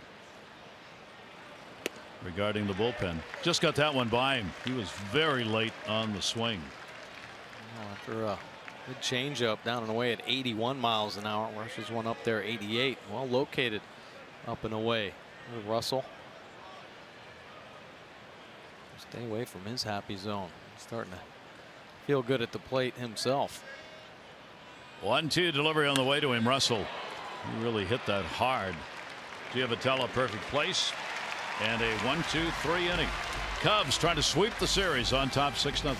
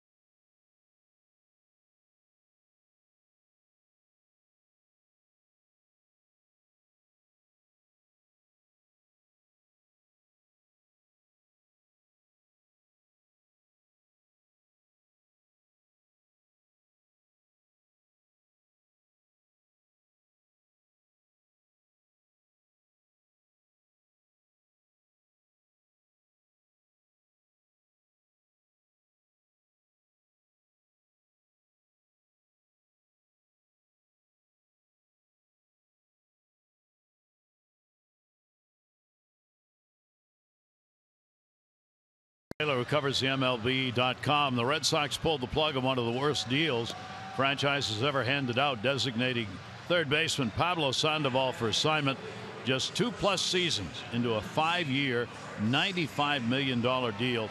The Red Sox made that bet on Sandoval and lost badly. He missed virtually an entire year, got demoted to the bench. They put him back out to play, and also I'm sure to show him a little bit. Nobody wanted him. They couldn't move him. Right. Yeah, they'd been trying, I think, from day one. He showed up in the camp a little overweight. I expected a little bit more out of a World Series champ type player, and never showed up. Saw he made a comment today. He would be interested in returning to the Giants. Question is, yeah, the Giants interested in having him back. Exactly. Chris Davis, 1-0 delivery, and that ball in the air, foul. Get him on the cheap though, and the Giants aren't doing too well. No. Nope, they had a need. If they just need a body they can put in there, I guess take him back for the minimum, $500,000. 1 ball, 1 strike count. He will join Bobby Bonilla in the inactive, still being paid group.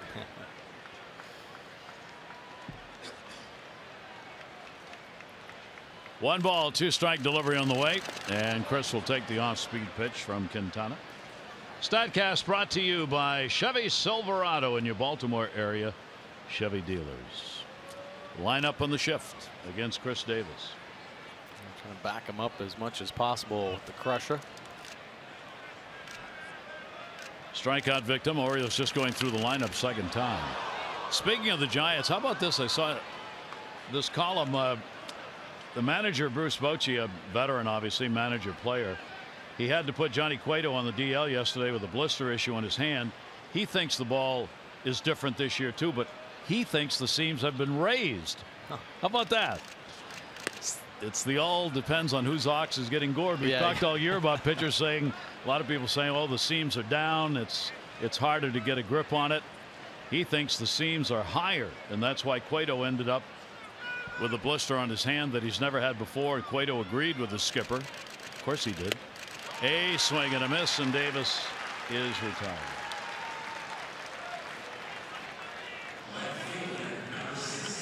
That's a pretty good sequence here from Quintana. Working all over the place. Steady diet inside though. 92-mile-an-hour fastball. Take a look at the swing though from the crusher here. Kind of a check swing there. You wonder, obviously just coming off that oblique. That didn't look good, did it? It didn't. Breaking ball taken inside. Trey Mancini flied out his first time up.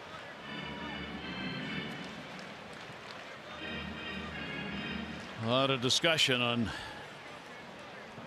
managing the team at this point in a ball game. That's a chop that's going to go foul. One, you got the bullpen, not just for today, but you got a whole week coming up here of straight games. 4 against Texas, 3 against Houston. You got Davis on that swing. You know they're going to ask him about that, and probably trainer will take a look. Yeah. Oh, yeah, absolutely. If there is a problem, do you keep him in a ball game where you're behind 6-0, even though it's just the 5th inning?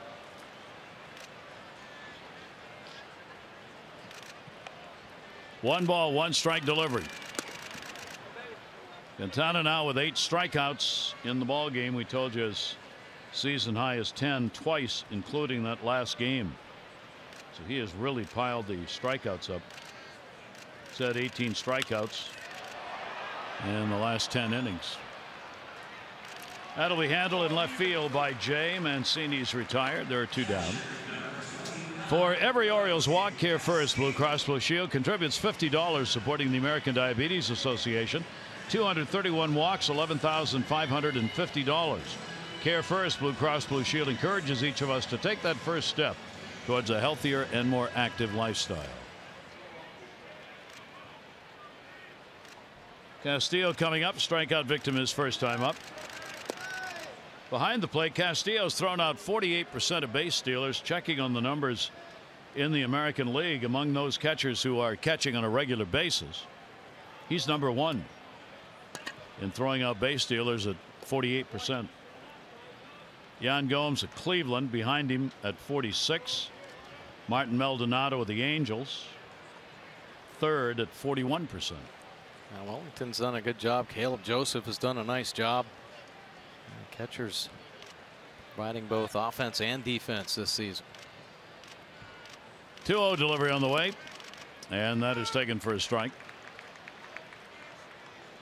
Castillo, a strikeout victim, his first time up. Certainly second half has not started out as well for Wellington Castillo as the early part of the season did. 2-1 deliveries fouled off.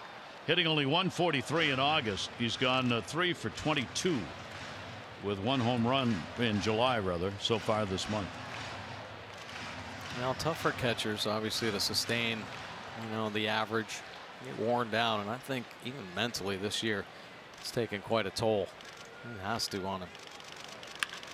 Rips that one down the line. That is a fair ball. It'll take a hop right near the foul line in the corner, and he's going to be held to a single. Nice play by John Jay. He got to that, played it cleanly, and Wellington Castillo hit it so hard he only gets a single. Well, John Jay came up as a center fielder with the Cardinals, and here getting to this one quickly, but look how quickly Castillo gets to this fastball up and in. Wow, he just takes the bat head right to it, smoking it down that left field line. There's Jay standing there holding him to a single. A long, hard single. 102 off the bat. Yeah, smoked it. Johnny Giavotella. Giavotella, strikeout victim, his first time up. He will take the pitch for a strike. Orioles trying to avoid the sweep. Last time these teams met, 2014. The Orioles were swept in a 3-game set at Wrigley Field. Now Joe Madden, the skipper, looking to sweep the Orioles here at Camden Yards. 2 down, runner at first base. That'll go to short. Russell, Zobrist in the inning. No runs, 1 hit, no errors, and 1 left on base. Cubs on top, 6-0.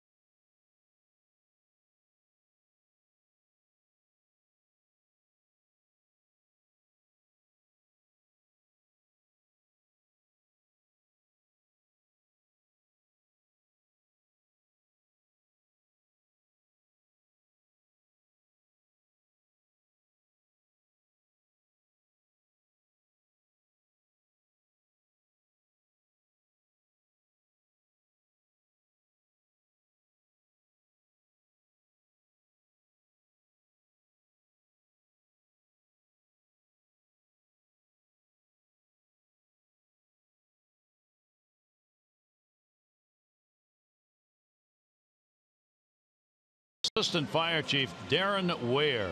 In 16, Ware and a Good Samaritan rescued a woman from a burning car. He was the American Legion's 17 National Firefighter of the Year, Prince George's County Fire Department Gold Medal of Valor for action. He's been a firefighter 22 years in Prince George's County, and we congratulate and thank him for some real valor going into that burning car. He and a Good Samaritan to save a woman's life. Yeah, unbelievable. They should all obviously get medals for putting, other people in front of themselves all the time, every day. I just thought of what I wish I knew who said this, but I remember a line about situations like that and describing emergency rescue forces, firemen, policemen, that they are the people who run towards the danger while everyone else is running away. Right. And that pretty well sums it up. Orioles trailing here by a score of 6-0, being out hit 11-2. Hart on the mound in relief for the Orioles. John Jay, a base hit, a run scored, and he is grounded out.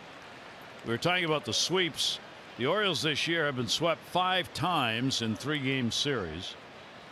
Here at home by Minnesota and at Kansas City, Houston, the Yankees, and Milwaukee. 1 ball, 1 strike delivery on the way, and that's going to be way outside. Cal will go to 2-1. Jimenez worked 3 2/3, 6 runs, 11 hits, 1 walk, and 2 strikeouts. Yeah, we've had a chance to see a couple of top teams in the National League Central now with the Brewers and now the Cubs, and obviously getting swept by the Brewers was something to make you go, wow, this team's real. And now the Cubs want to fight back a little bit, get back on top. Of course, the defending World Series champs, so looks like it's going to be a pretty good battle in that National League Central. Yeah. Here's the 2-2 delivery on the way. That's going to be popped up. Machado right now the closest and can't get to it. Long run too far for Trey Mancini to get to, and no angle for Jonathan Schoop, the shortstop. Yeah, nice try there by Manning. You're right, he had a long way to go. Trying to track it, looking over the shoulder, just an inch or 2 out of his reach. So everybody back to their positions.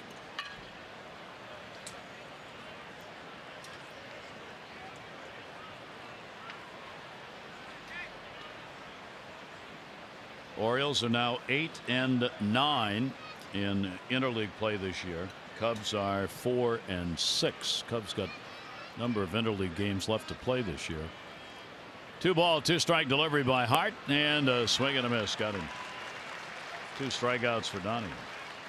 Good breaking ball right there. A little tilt on this slider. The lateral sweeping version. This one dive bombing at the bottom of the zone to get Jay. Here's Ben Zobrist, an RBI base hit, 1 for 3.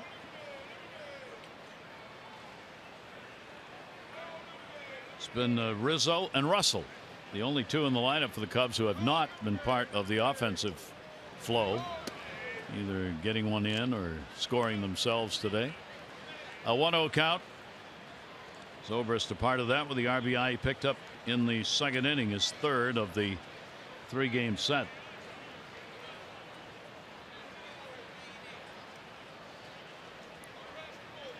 Hart's 1-0 pitch to him. Zobrist is playing in his 131st game against the Orioles. All those games he played with Tampa Bay piled up, though far and away.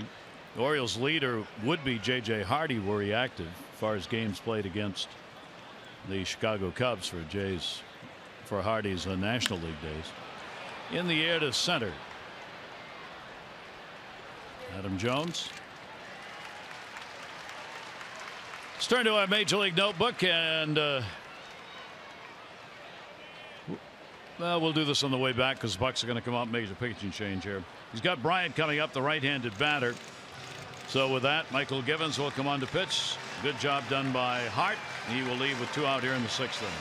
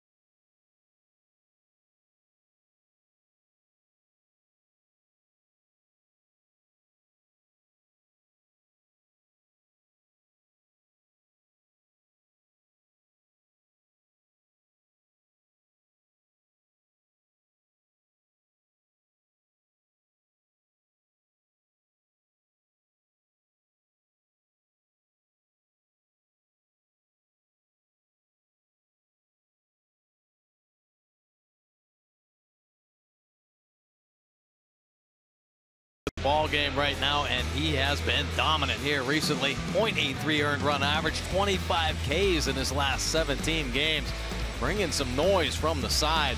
He's got everything working right now out of the bullpen. Yeah, he is coming into the ball game. Pitching change brought to you by Jiffy Lube. Jiffy Lube stores now do brake services. Stop in and let Jiffy Lube perform a free brake inspection today. Well, here he is, Michael Givens. Take a look at the numbers on the year. 39th appearance, .220 earned run average, 6 wins on the season, 46 Ks and only 13 walks for Givens, and holding opponents down to just that .202 batting average. First batter just .194. And the pitch will be outside for a ball. Kris Bryant. Bryant, the home run in the 4th inning, number 19, good for 2 RBIs, a base hit in the 2nd, and a walk in the 1st. So absolutely a part of the Cubs offense so far in this game. Someone asked me, do you have a secret to keep your voice going so all your talking doesn't wear it out? And I go, no. And then today, when I got a frog in my throat here, I can't get rid of it for some reason. So Michael is kind enough to dig into his bag, and I dig into mine, and lo and behold, we both have Fisherman's Friend lozenges. And I bet nobody out there has heard of them. What do you think? That's right. I think it's an old Maine trick. It is an old Maine trick, yes sir. You get out there in them cold winters trying to bring them lobster in, you better have that Fisherman's Friend. That will be foul outside of third base. They're a throat lozenge. I think they've been around since the country came into being. They said they were established in 1865, and they're a menthol, they say on the package, original extra strength. Yeah, they are. I actually, that picture we showed yesterday of the St. Louis team, yep. I saw a bag hanging out of the guy's pocket. Fisherman's Friend out of the back. So wow. They have been around a while. Wow, you are very observant. Pitch taken away, and the count goes to 3-2.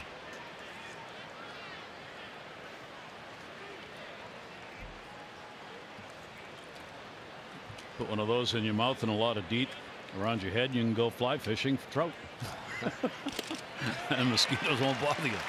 Good job by Givens. He gets the strikeout. 1-2-3 inning between Hart and Givens. We'll go to the bottom of the 6th.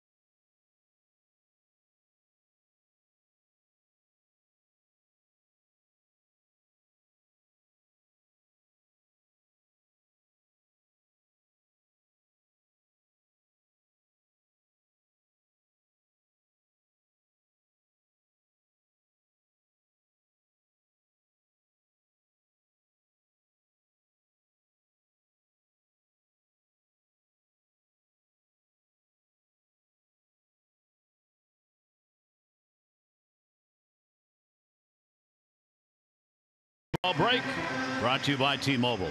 Take a look. Games the Orioles have particular interest in. The Yankees leading the Red Sox 3-0 in the 7th. Didi Gregorius solo shot. Sabathia, no runs, 2 hits through 6. Toronto leading Detroit 5-4 7th. Smokes had a 2-run home run in the 1st, and Bautista a 2-run shot in the 5th. Rays and Angels will play later.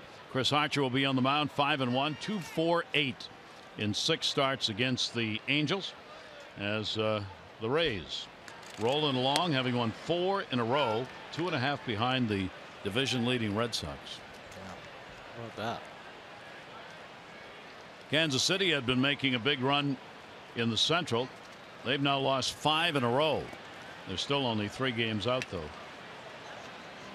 Winningest team in baseball on this Sunday, the Los Angeles Dodgers. They've won 8 in a row and have a major league leading 63 wins. Quintana, first start for the Cubs, coming over from the White Sox, and so far 2 hits for the Orioles. Yeah, dominant team there, that Dodgers out there in the West, and as you know, they're like the first team talking about making trades, trying to strengthen that squad. Another one of the rookies out there, because Cody Bellinger hit for the cycle yesterday. Foul back. He's got 20 homers and hit for the cycle as a rookie.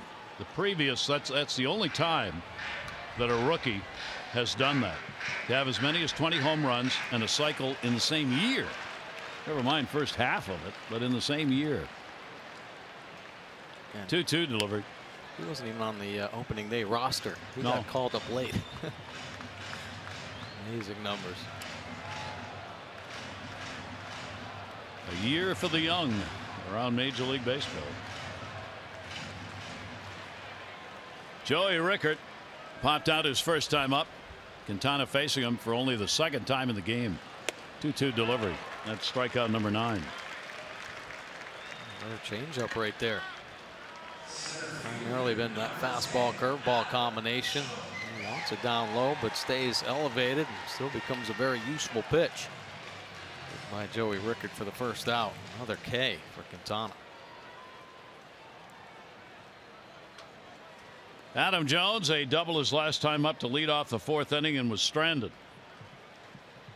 He has also struck out. Adams' first hit of the series, 1 for 11.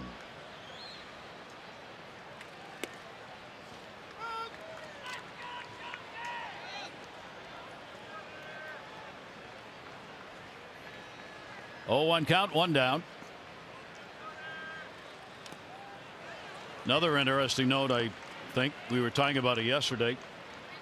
Teams below 500 through July 15. The all-time record has been equaled. There are 17 teams in the major leagues below 500 right now. The only other time that happened, 1994, at this point of the season. 17 teams under 500. And at the end of the season, the most teams below 500 was 18. 1999 was the year that happened. It also happened in 94, but that was the strike shortened season. We were talking yesterday about how there have been a couple articles out recently about you're either really good in Major League Baseball now or you're probably really bad. Yeah. And it's kind of showing up that way in the records. Yeah, it sure is. And it seems like the good teams are the ones that have stockpiled the starting pitching. Adam, a strikeout victim, and there is season high equaling 10th K. Velocity holding true. Pretty easy work here in this ball game. Not a lot of stressful innings, none for that matter. Dotting a fastball on the outside corner. Adam Jones has to protect. Another pitch getting by him. Manny Machado has popped out and grounded out. Of course, you have one division in baseball, the National League East, where the only team above 500 is Washington. They've got a 9.5 game lead over Atlanta, and Atlanta is a game below 500. Now, Cubs have been doing about the same thing. The Cubs have reached 500 with their victories here. They have not been more than 4 games over or 2 games under at any point this year. They've just been hanging on to that 500 bar. Speaking of the Nationals, it's deal time. They wanted to bolster the bullpen. They have got Sean Doolittle, left-handed pitcher, and Ryan Madson, right-hander. And the A's get Blake Treinen, the right-hander, the prospects. The Nats bullpen currently ranks last in the majors in the ERA. And Dusty Baker had said publicly, we need 2. We don't need just 1. We need 2 to go into the bullpen. Well, they got him. You got him. No excuses now, right? Yep. And I suspect they'll be continue to look. 1-2 delivery on the way. That forces the issue a little bit for the Dodgers. The Dodgers have the same problem going. They would like to add 1. I don't think there's any question they're taking a look at Zach Britton. A lot of teams are. Whether the Orioles would be willing to move him remains the issue. Right. Yeah, they want to strengthen the back end. I mean, they got the best closer in the game, National League anyway, with Jansen. Yep. 2-2 delivery on the way. There is a new season high 11 strikeouts, his career high 13. He strikes out the side here in the 6th.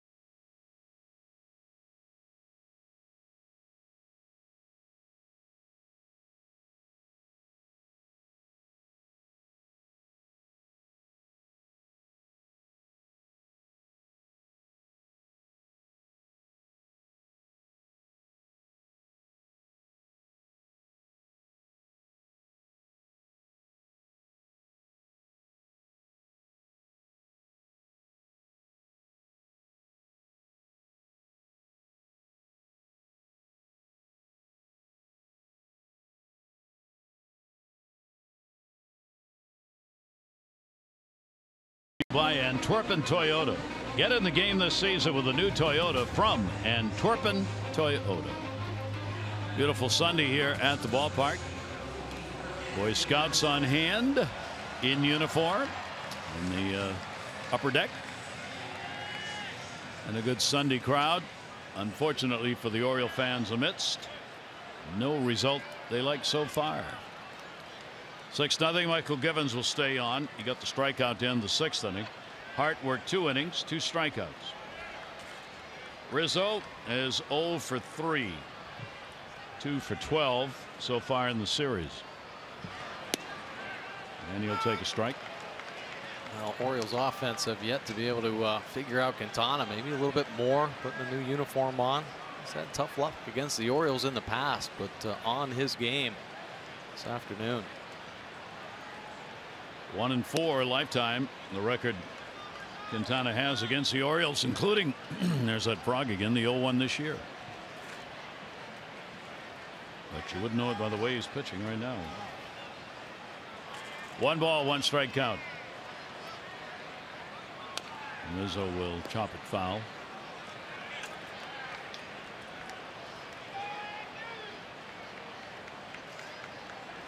Well, Michael Givens, who has been a workhorse for the Orioles out of the bullpen, 39th appearance. Brad Brock's had 39 appearances. They lead the Oriole pitchers in appearances. 1-2 delivery on the way, and a swing and a miss to get him. Some extra life there from Givens, 97. Still wanted it down and in. It takes off up and away. Tough to get on top of this pitch. Little drop at the bat head. And Givens wins that one.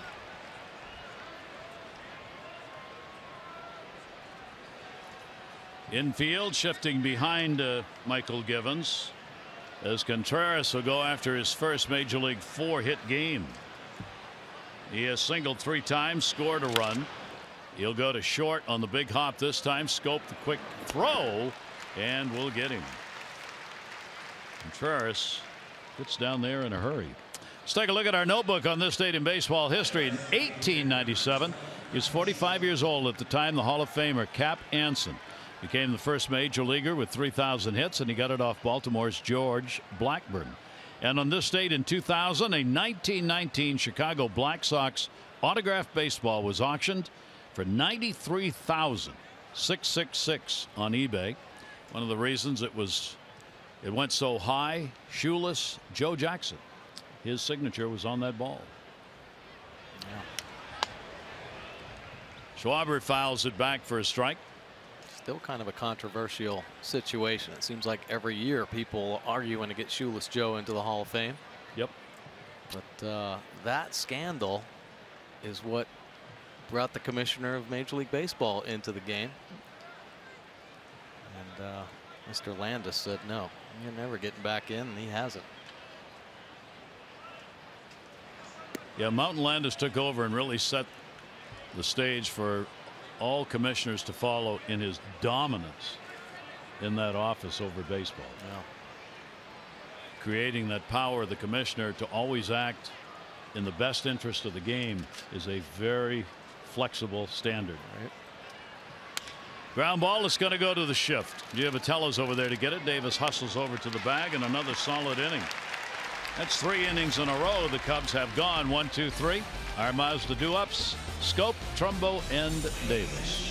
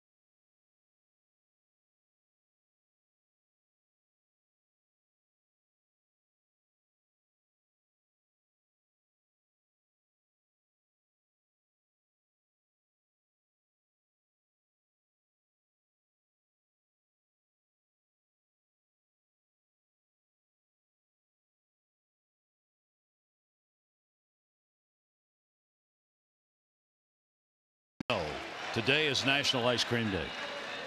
That is very troubling for me. I occasionally do imbibe in an ice cream or two, and not to know that is right. Considering it popped up on your phone a few times. Yeah. Reminder: this is National Ice Cream Day, and it still didn't click. It's going in there. It's going in that permanent thing. If I can figure out how to do it, to tell me. Gary Thorne, Mike Bordy back here with you. What to do?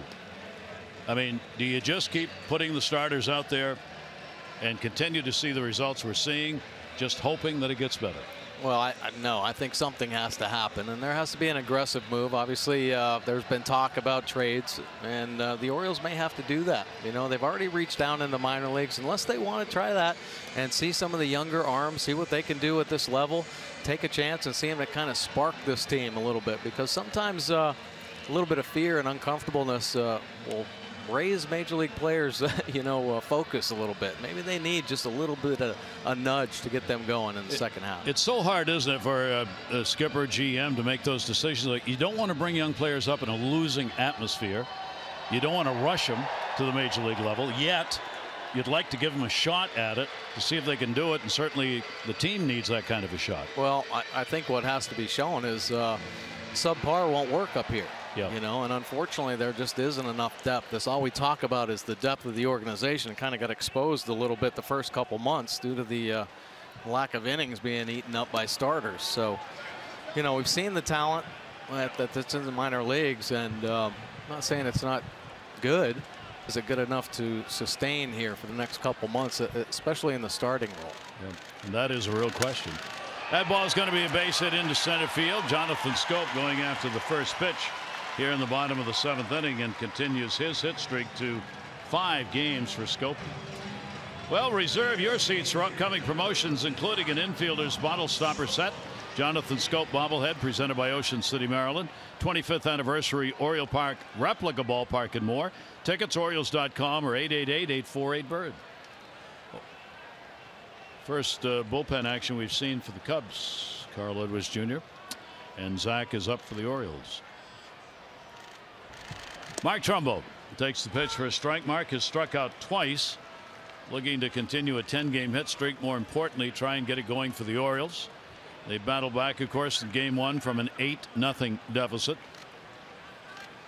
only to lose it in a 1-run ball game, 9-8. Now trying for a late rush here in game 3. Ball gets away. Contreras flips the mask and holds the runner. Good block right there, but better take there from Trumbo. We've seen so many hitters unable to make the adjustment on the Quintana breaking ball, especially one that starts at the belt, bites down into the dirt. It'll take to keep the count even.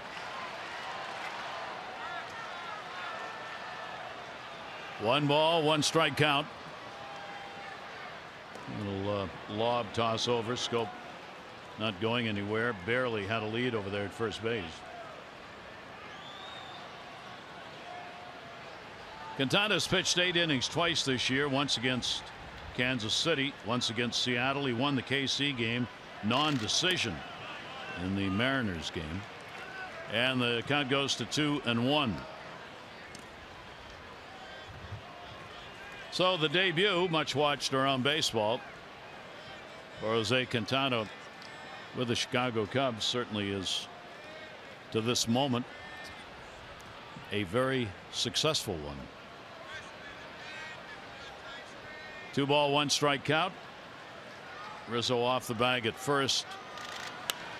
Foul back and out of play. I wonder too, Quintana going over the National League. Of course, he's going to have to hit for himself. Is that going to potentially take a toll mentally? How are they going to use him in that regard? Does he have to completely readjust his routine that he's established in the American League that's coming up? Well, actually starting in this interleague play has probably helped him. Yeah. Not have to worry about hitting. 2-2 delivery on the way. 12 strikeouts. Trumbo not liking the call there. A pretty good heater down and away. Let's take a look. Mercedes pitch cast here. Painting the edge with 92. So he's 1 shy of his career high in 13 strikeouts. Got that against Minnesota last time he did it in 2014. 1 down. Schoop remains at first. Chris Davis hits right into the shift. Zobrist 1 relay double play. Bryant coming across, the third baseman on the pivot. Orioles retired. No runs, 1 hit, nobody left on through 7.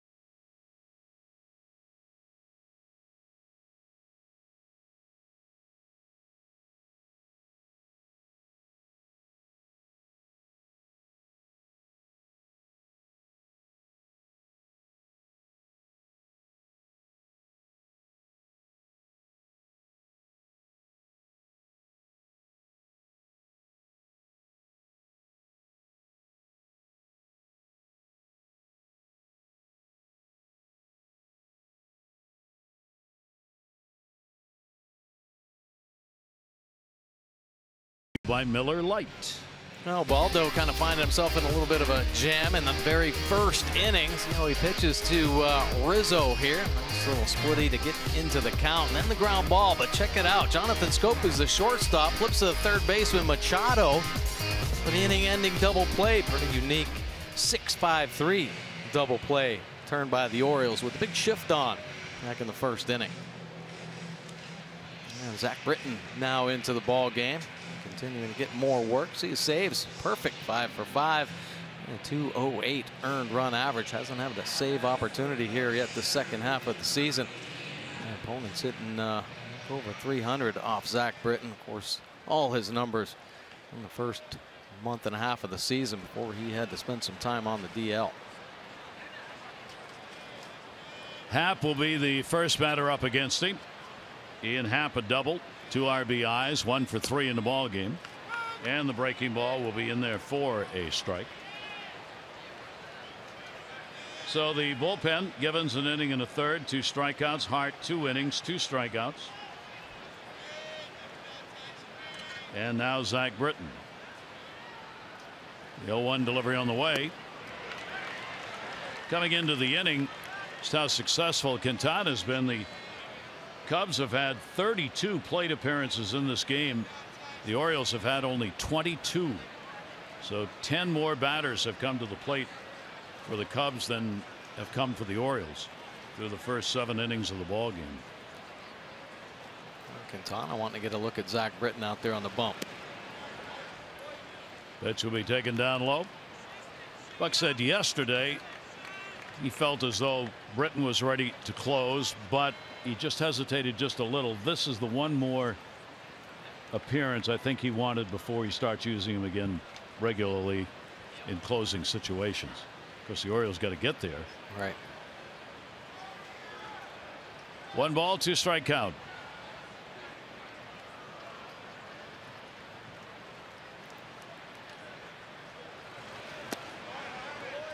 Well, that's some good movement on the fastball. And that's what the Orioles been waiting for. You know, he had that forearm strain, kind of limited him, couldn't quite get extended and get that nice finish on the fastball that leads to that incredible movement on the heater down at the bottom of the zone. Probably most of any pitcher in the game. Sink and life away from the hitters. Right off the end of the bat, fouled it off himself at the plate. Happ keeps the at bat alive though. 31,105 the attendance today on this Sunday. 31,105. This beautiful day at the ballpark, and there are a lot of Cub fans who came to Baltimore for the weekend series. Pretty good life right there. 2 ball, 2 strike count. Happ goes after it. He's got a base hit. Had to go to his tiptoes on that one, but he leads off the 8th inning with a single. Help support the patients and families at the University of Maryland Medical Center by attending a special fundraising event for Shannon's Fund Friday, August 18, right here at the ballpark. Ticket packages begin as low as $50. They include a game ticket and an exclusive pregame barbecue on the center field roof deck. For tickets and more info, Orioles.com/Shannon's Fund. Right there is where the barbecue will be. We'll have a great time and for a great cause. Leadoff man on here in the 8th inning. Hayward a couple of hits, 2 for 3, robbed of another on a fine play by Davis his last time up, and he'll foul that one off. He's picked up an RBI and has scored a run in the game.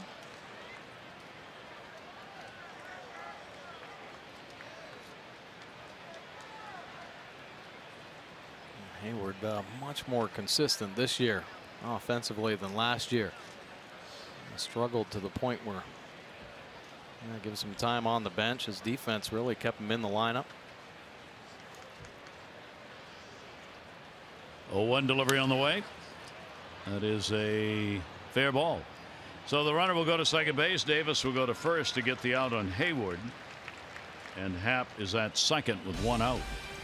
This copyrighted telecast is presented by authority of the Orioles, may not be reproduced or retransmitted in any form, and the accounts and descriptions of this game may not be disseminated without the express written consent of the Orioles.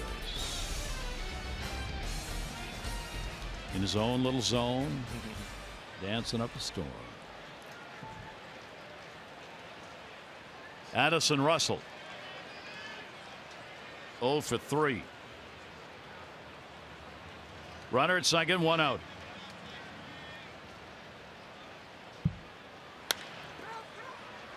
Davis, long way from the bag, and Britton gets over there in a hurry. Happ will move to third. Russell retired. 2 down. Nice play by Britton. Good awareness of how the defense is lined up. Of course, with the shift on, Chris Davis pulled way over. Ground ball hit right to him, and Britton jumping off the mound, making a nice PFP play. Cubs have made the big inning stand up again in this ball game. Second inning, 4 runs, 6 hits. Happ a 2 RBI double. Hayward had an RBI single. So did Zobrist. Then the 2-run homer in the 4th inning by Bryant, his 19th. That's when they scored. They have left only 5 on base. Orioles have stranded only 2, and only 1 of those in scoring position. Second time up for Edwards in the bullpen. Here is John Jay, 2 down. And the pitch will be taken inside. Jay, a base hit, a run scored. He has struck out and grounded out. Quintana looking like he's got a game face on, even though we see Edwards out there in the bullpen.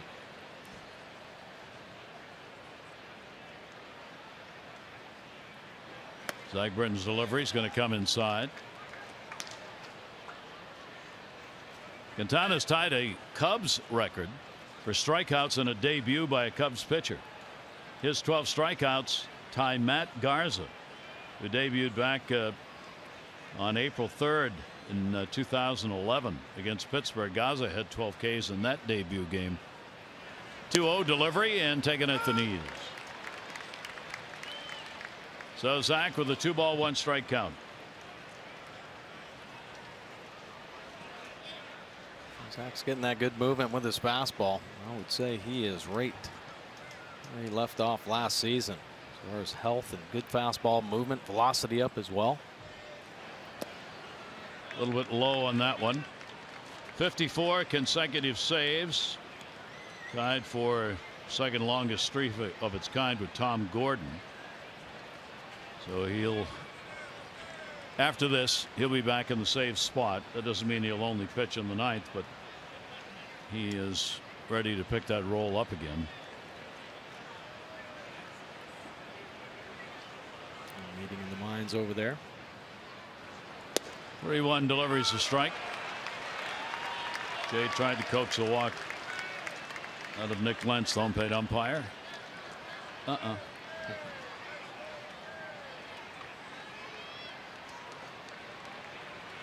Happ on at third base, a 2 away, 3-2.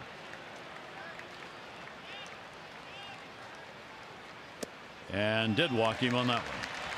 It's only the second walk Oriole pitchers have given up. Jimenez gave up one, the Orioles starter. And fans, remember, anytime the O's score 4 runs or more, you win free McDonald's Chicken McNuggets. Download McDonald's app today, available at Baltimore area McDonald's. 2 away, first and third. Ben Zobrist, the leadoff batter, singled, RBI, 1 for 3 in the game. 1 for 4 in the game. 3 RBIs in this series.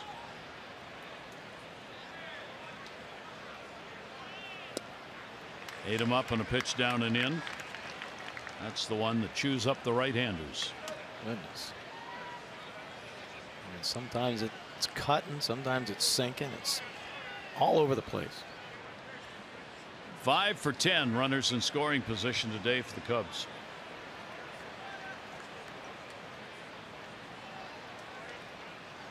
Long hold, the 0-1 delivery, and Zobrist will take it away.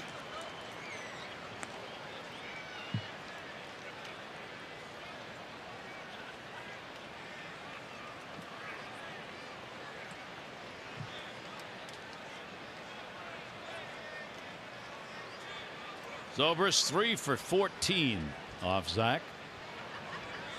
1-1 pitch by Britton. Down to third, Manny Machado. Over to first base, Chris Davis, and gets the out. No runs, 1 hit, no errors. 2 are left on base. We go to the bottom of the 8th.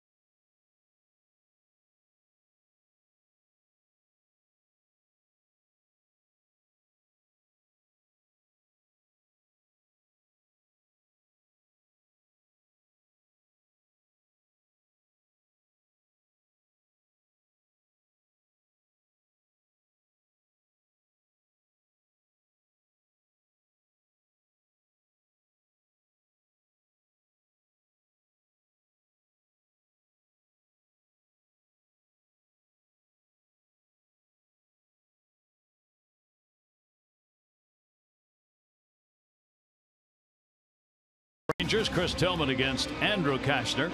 Our coverage on MASN will begin at 6:30. O's Extra presented by Southwest. Our game coverage at 7. All the access you need right here on MASN. Well, the Orioles being shut out on just 3 hits. Cubs up 6-zip. And take a look at Quintana's line. Finally out of the ball game. 7 strong innings of work, though. Only the 3 hits given up, and how about 12 strikeouts? Season high. Cubs happy they made this trade. Quite a performance for the debut in the Cubs uniform. And the Cubs go into the bullpen. Carl Edwards pitched in this series. Good arm through his games. This will be his 40th appearance for the Cubs. Pretty solid numbers. Opponents hitting just 126 overall. The 4 long balls. A big arm with a natural cut on his fastball. Mid to high 90s. And is moving all over the place. Reminded me of Mariano Rivera with the heater. There's a big curveball to go along with it. 2-pitch power pitcher. 25-year-old right-hander, Prosperity, South Carolina. Last year with the Cubs and AAA Iowa. 36 games with the Cubs. He had a 3.75 ERA. Worked exactly an inning a game last year in his 36 appearances. And a swing and a miss, Trey Mancini. He has flied out a couple of times. 0 for 2 in the ball game, 1 for 9 in the series against the Cubs. 0-1 delivery to him. Same pitch, same result. Pretty amazing how he gets that kind of action cutting across the plate with the fastball. He climbs the ladder with the heater as well. 0-2. Edwards is their leader in holds, 13. Got his 13th on Friday night. He pitched a scoreless 7th inning against the Orioles in the opener. Opponents that low 126 average. On base percentage very low at 262. 1-2 delivery. Off speed breaking ball will miss. So Trey Mancini trying to rev it up after having his 8-game hit streak ended last night. 2 ball, 2 strike count.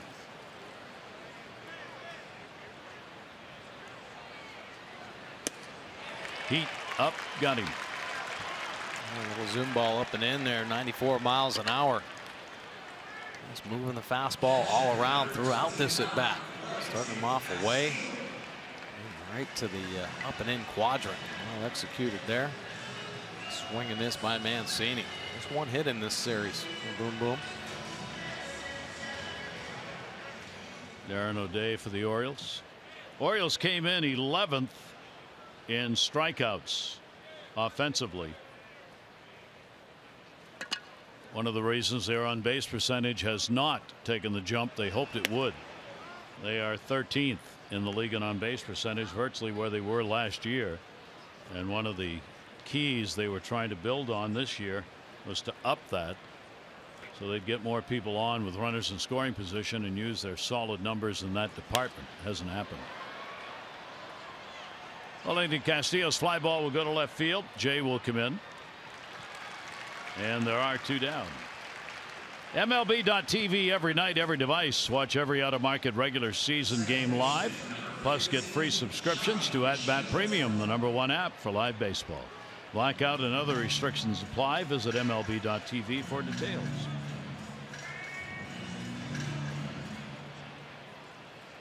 Lugging Quintana. This is the 4th game this year. He's started without walking a batter. He gave none up here in this game. Ball in the air. Giavotella to center. Happ is there. And another 1-2-3 inning. Orioles go quietly here in the 8th. Cubs working on a shutout. 6-zip. Don't jump.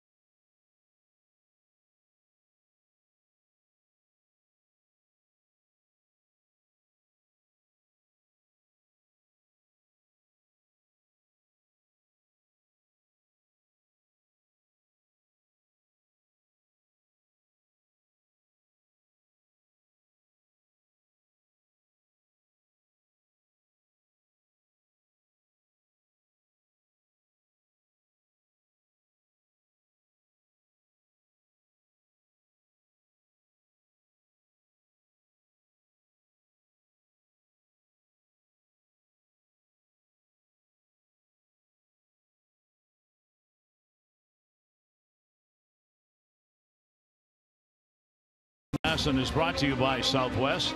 Yes to low fares with nothing to hide. That's transparency.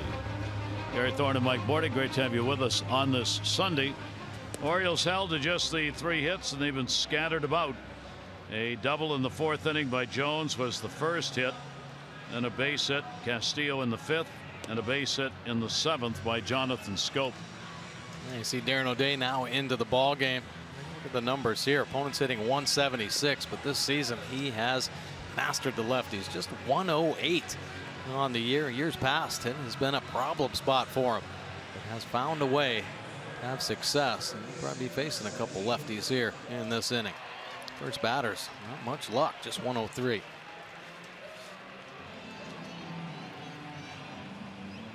Kris Bryant will lead it off against O'Day. Rizzo and then Contreras due up for the Cubs, looking for their 46th win, trying to get a game above 500.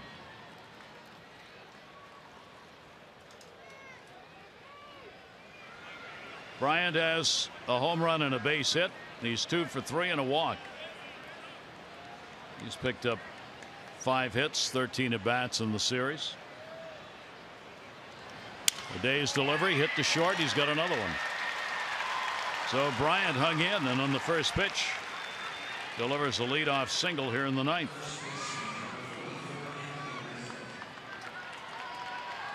Hits keep coming. 5 out of 9 innings the Cubs have had the leadoff man on base.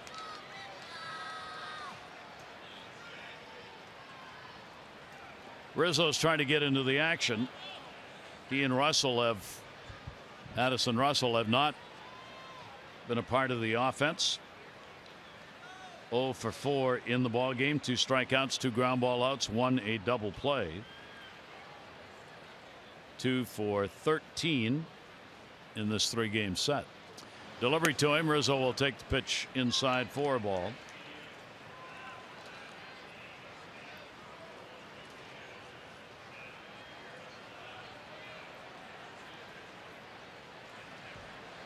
The leader in home runs for the Cubs with the 21 he's put up. Bryant got his 19th today. Wow, right off the mask. All the way back about 30 rows over the screen off Wellington Castillo. Oh, goodness. Oh, slider from O'Day.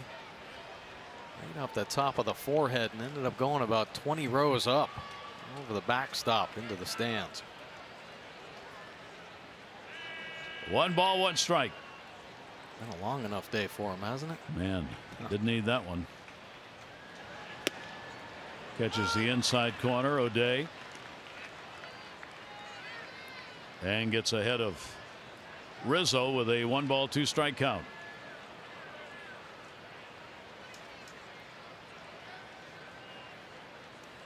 As has been true in all of these games, the Cubs scoring bunches of runs in early innings and then they get shut down. But the Orioles, so far behind by that point, they've not been able to come up with the winning comeback, despite the great effort on Friday night, scoring 8 unanswered runs to tie it, only to lose 9-8. Well, it's hard. Boy, it takes a lot out of your team. You just feel like every night they're finding themselves behind. 1-2 delivery on the way. Close, miss, down. And I'm not talking about just these 3 games against the Cubs. I'm talking about June and July. Having that feel.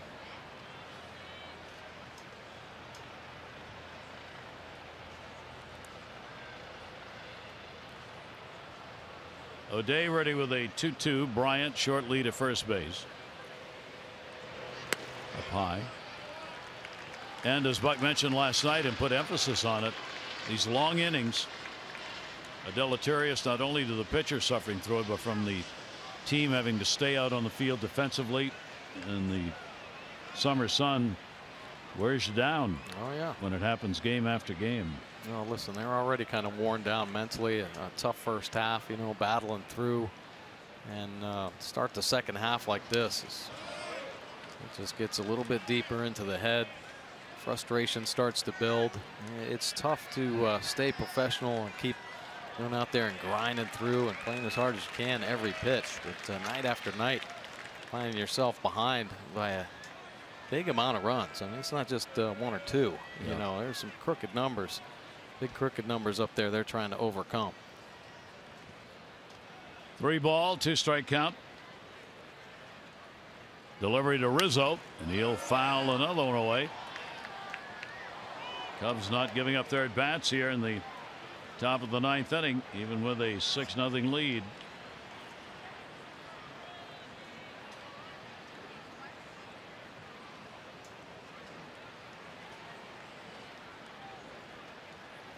Bryant with a leadoff single, very short lead at first base.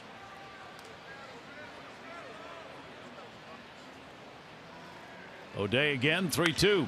This one in the air to right center field. Got a lot of it. Way back. Goodbye. Home run. Well, he's part of the offense now. Rizzo delivers the long ball. That's number 22, team leading. 59 RBIs. Oh, he had to work for it too. Tough AB right there. Worked at the 3-2. Finally gets a pitch he can handle. A fastball that comes back and stays in the heart of the plate, and he doesn't miss it. See the choke up with the 2 strikes. Stays short to it. O'Day showing the frustration right there. So the Cubs get their 2nd home run of the ball game and their 10th in 3 games here at Camden Yards. Contreras will take the pitch for a strike. The catcher's had 3 singles, a run scored. He is 3 for 4 in the ball game. O'Day giving up just his 3rd home run of the year. That's going to be a base hit into right field, and there's his first 4-hit day. So Contreras, Jose Contreras, the catcher, 4 singles and 5 at bats. New career high for him for hits in a ball game. Pretty impressive series for that young man. Yep. On both sides of the baseball. And the Cubs offense just keeps on rolling.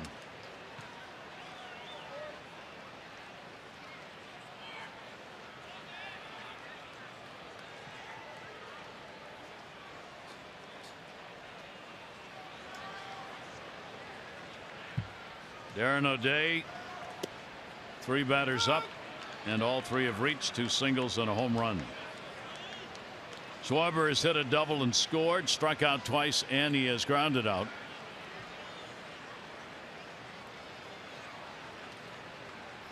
So the Orioles continue this month of July, in which they have given up 3rd most home runs of an American League team. 0-1 delivery comes inside. 1 ball, 1 strike.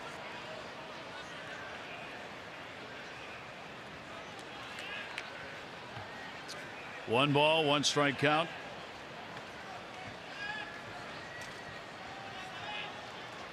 Schwarber dangerous, of course, for the long ball as well. And the pitch will turn in.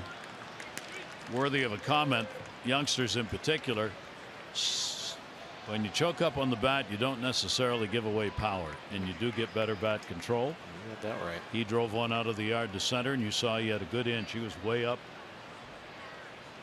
Give himself a little shorter swing, and still drove it out of the ballpark when Rizzo got his home run. Pitch is taken away, and the count goes to 3-1. You're seeing more and more hitters start to get up off the knob when they fall behind in the count. Some real good hitters. I know Joey Votto does it consistently over there in Cincinnati, but even Schwarber, you watch when he gets to 2 strikes, maybe not a full count, but when he falls behind early in a count, he even chokes up. Here's the 3-1 delivery on the way, and that's going to be fouled out.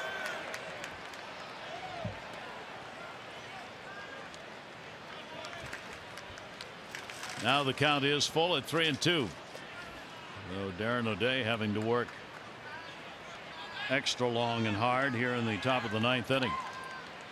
The 8-0 lead on the board. Yeah, 15 hits. Showalter wanted to kind of avoid that. He would much rather see some quick innings. Darren O'Day's pitch count getting up there, so we might have to miss a day. And he walked him. So 4 have reached against O'Day. Still nobody out. Runners on at first and second base.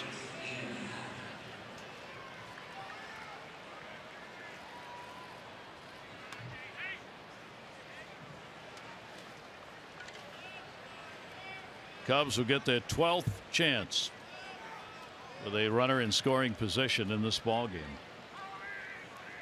5 for 11. Brent Brock to throw in the bullpen. They had 14 chances with a runner in scoring position in the first 2 games combined. Already have a dozen in this one. There's still nobody out. Happ will take it. He had a double his first time up, 2 RBIs. He's 2 for 4. Has added a single that came in the 8th inning. So Happ having himself a good day, and 3 hits against the Orioles in the series. 3 for 11. O'Day's pitch floats in there for a strike. Nice little backdoor slider there. See him work that little sinker at the bottom of the zone and help himself out with a double play here. Happ has now had 11 multi-hit games this year. 1-1 delivery came in on him and fouled back and out of play.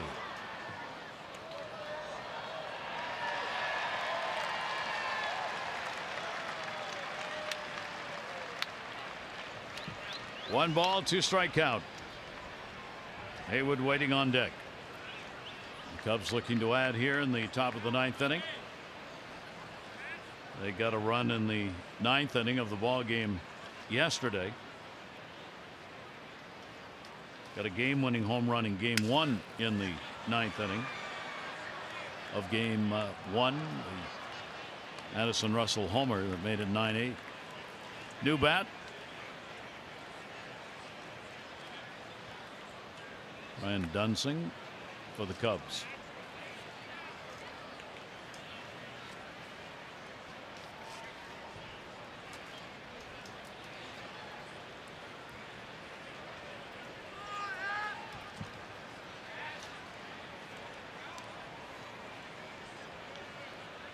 Happ with a 1-ball 2-strike count. These have been long at bats by the Chicago hitters here in the 9th inning. 1-2 pitch on the way, and that's going to be outside. Darren O'Day not showing the usual confidence we see out of him. Doing a little bit of picking around the edges here, especially after that home run by Rizzo. Yeah, and some frustration out there on the mound, not liking the command that he's featuring today. 2-2 delivery will be coming. Got it in. Chance for 2. Scope. Giovitella. Not in time. Looked like a pretty good double play set right there, but Happ hustling down the line will get there a step ahead of the throw. Yeah, hard hit ball here. Nice hands by Jonathan Scope. Quick little shovel feed to Giovitella. Looks like there should have been enough to turn a double play, but I will say this about the Cubs. Every guy is hustling out of the box, and here it is, a blowout kind of game again, and Happ flying down the line. Yep. I mean, they have outplayed the Orioles this whole series. It has been noticeable, the energy level of the Cubs compared to that of the Orioles. First and third, 1 down. Here is Hayward, 2 singles, a run scored. He's 2 for 4. Hayward off the fist, back and out of play. Hayward with the 6 hits, 12 at bats, a home run, 6 RBIs in the series, and he has scored 6 runs.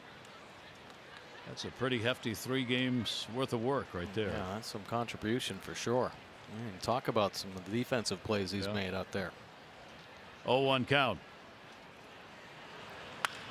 Lashes that one to right, and a line drive caught. Here's the throw to the plate. They got a chance and got him. Stayed up, did not slide. Contreras coming in relatively easily, and Rickard, who made the catch, makes the throw, and it ends up being a double play to end the inning.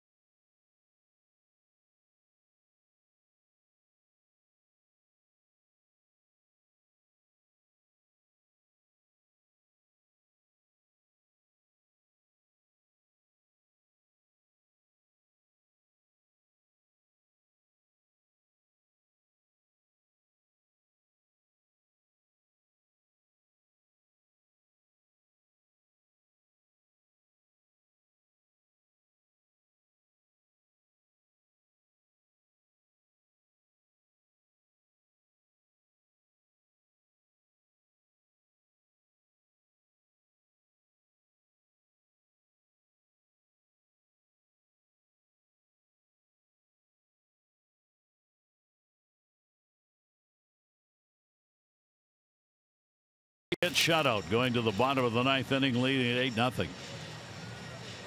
Cubs going back to the bullpen, and Brian Dunsing coming out, having himself a very strong year for the Cubs. 37th appearance, a 2.77 earned run average, 47 punch-outs in 39 innings of work, and holding opponents down to the 242 batting average. How about the righties? Just 194. Now he uses everything against the righties, has all four. Nothing overpowering. Fastball 90 to 94. Got the slider change and curveball to go along with it. And the first batter containing him pretty well. Just a 176 batting average. Dunsing, a 34-year-old veteran, will go against Joey Rickert, number 9. Then Jones and Machado will be due up for the Orioles. As the Cubs got a couple of runs on 3 hits in the 9th inning off Darren O'Day. Nice play by Joey Rickert ending that inning. Tough line drive and then make the strong throw home. Not too smart of a send there. Joey's 0 for 2. He has popped out and struck out. Not much going on your scorebook on the Orioles side. They're just the 3 hits, 3 left. 1 runner's been to third base in the ball game. First base side, Rizzo. 1 down, bottom of the 9th inning. Here's our Lexus of Towson drive of the game. Now Orioles looking for a knock, and Adam Jones, who's been leading off here in this series, finally able to get to Quintana. Good numbers in his career off Quintana, driving a double on the first knock of the game. Lexus of Towson, the area's #1 volume Lexus dealer for 7 straight years. Come see why at lexusoftowson.com.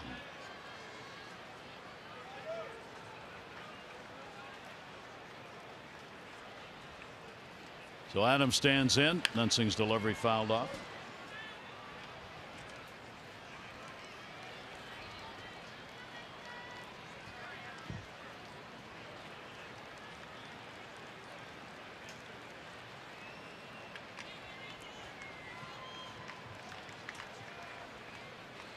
One delivery on the way, late on it.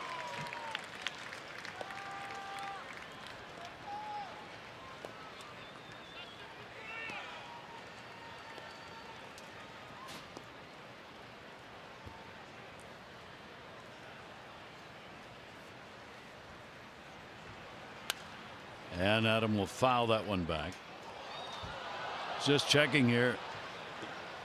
Right now with the Orioles at bats, the Chicago pitchers, Quintana primarily, then Edwards, and now Dunsing. The Orioles are just 2 over the minimum to be faced in a game. 0-2 delivery on the way, and that'll be outside. There was a double play turned over. It eliminated one of those at bats in the 7th inning, facing only 3, even though there was a base hit. But if the next 2 outs are recorded without anybody reaching, there only will have been 29 batters for the Orioles plate appearances. Right. And why the big 0 up there, obviously, for the Oriole offense. And Quintana really had his A game going today. Yeah, he did. That's what the Cubs got him for. Of course, he'd been heating up the last couple months anyway. 1-2 delivery on the way. That hit Adam?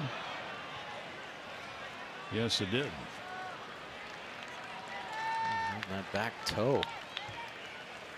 Take a look. The hard slider here, biting down and in. Oh, right on the top of the back foot. There it was. Owie. Banged up the first half. You need more bruises on those feet. So Adam goes down to first, hit by a pitch by Dunsing. 1 down, Manny Machado.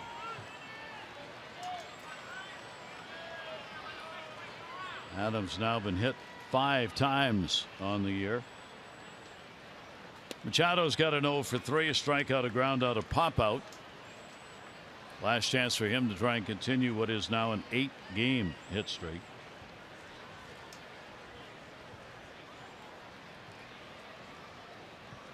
Here's the 1-0 delivery on the way, and Manny will swing through it. 1 ball, 1 strike.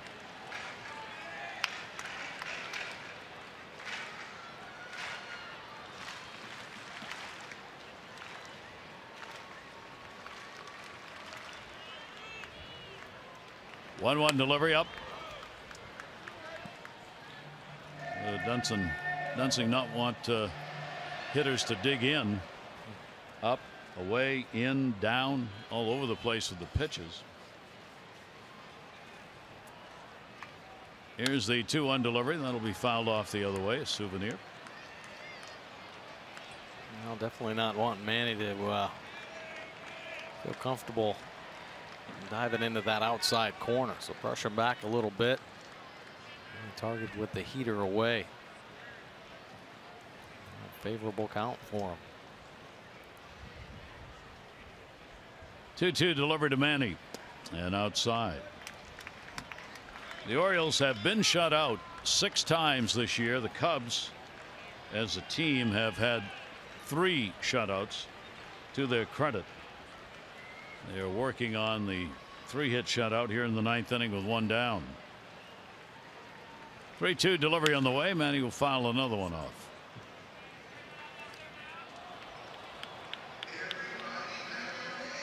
That'll send Adam back to first base. Unfortunately, still out there and running down the line. Like that hit by the pitch got him as bad as we thought, or I thought. Big lead. They're not holding at him. And 1 up and away. Strikeout, 2 down.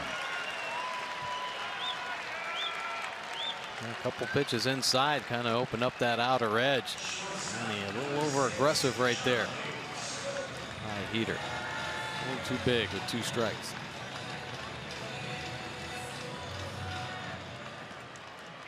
So Jonathan Schoop will stand in, 2 away here in the 9th.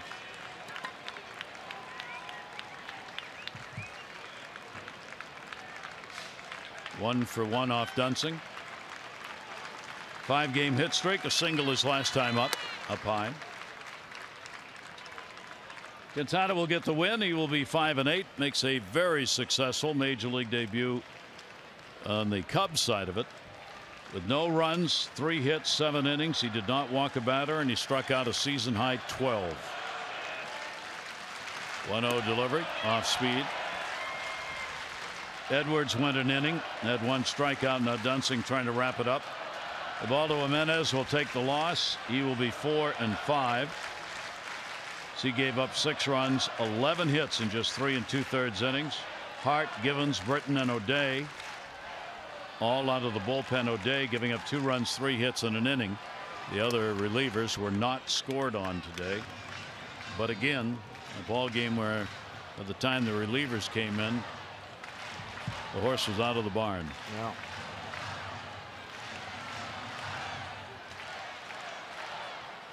Definitely going to have to be addressed. I mean, this homestand is crucial, really, for the future of this team. Popped up towards right. Hayward coming in. Second baseman wants it. Nope, Hayward does. That's a ball game. So the Orioles, no runs, no hits, no errors, and 1 left on base. The Cubs have swept the 3-game series. Last 2 times these teams have played, once at Wrigley and once here. The Cubs have won all 6 of those games, 8-0 in this one. Tomorrow, a 4-game set begins with the Rangers. Chris Tillman, Andrew Kashner, the starters. Our coverage on MASN, 6:30 O's Extra, presented by Southwest. Our game coverage will be at 7. This has been a MASN presentation. Tom and Rick are standing by. A look back here, not just at this one, but at the 3 games against the Cubs to open up this after the All-Star break homestand. For Mike Bordick and all of our crew and the Bird, I'm Gary Thorne. Adieu.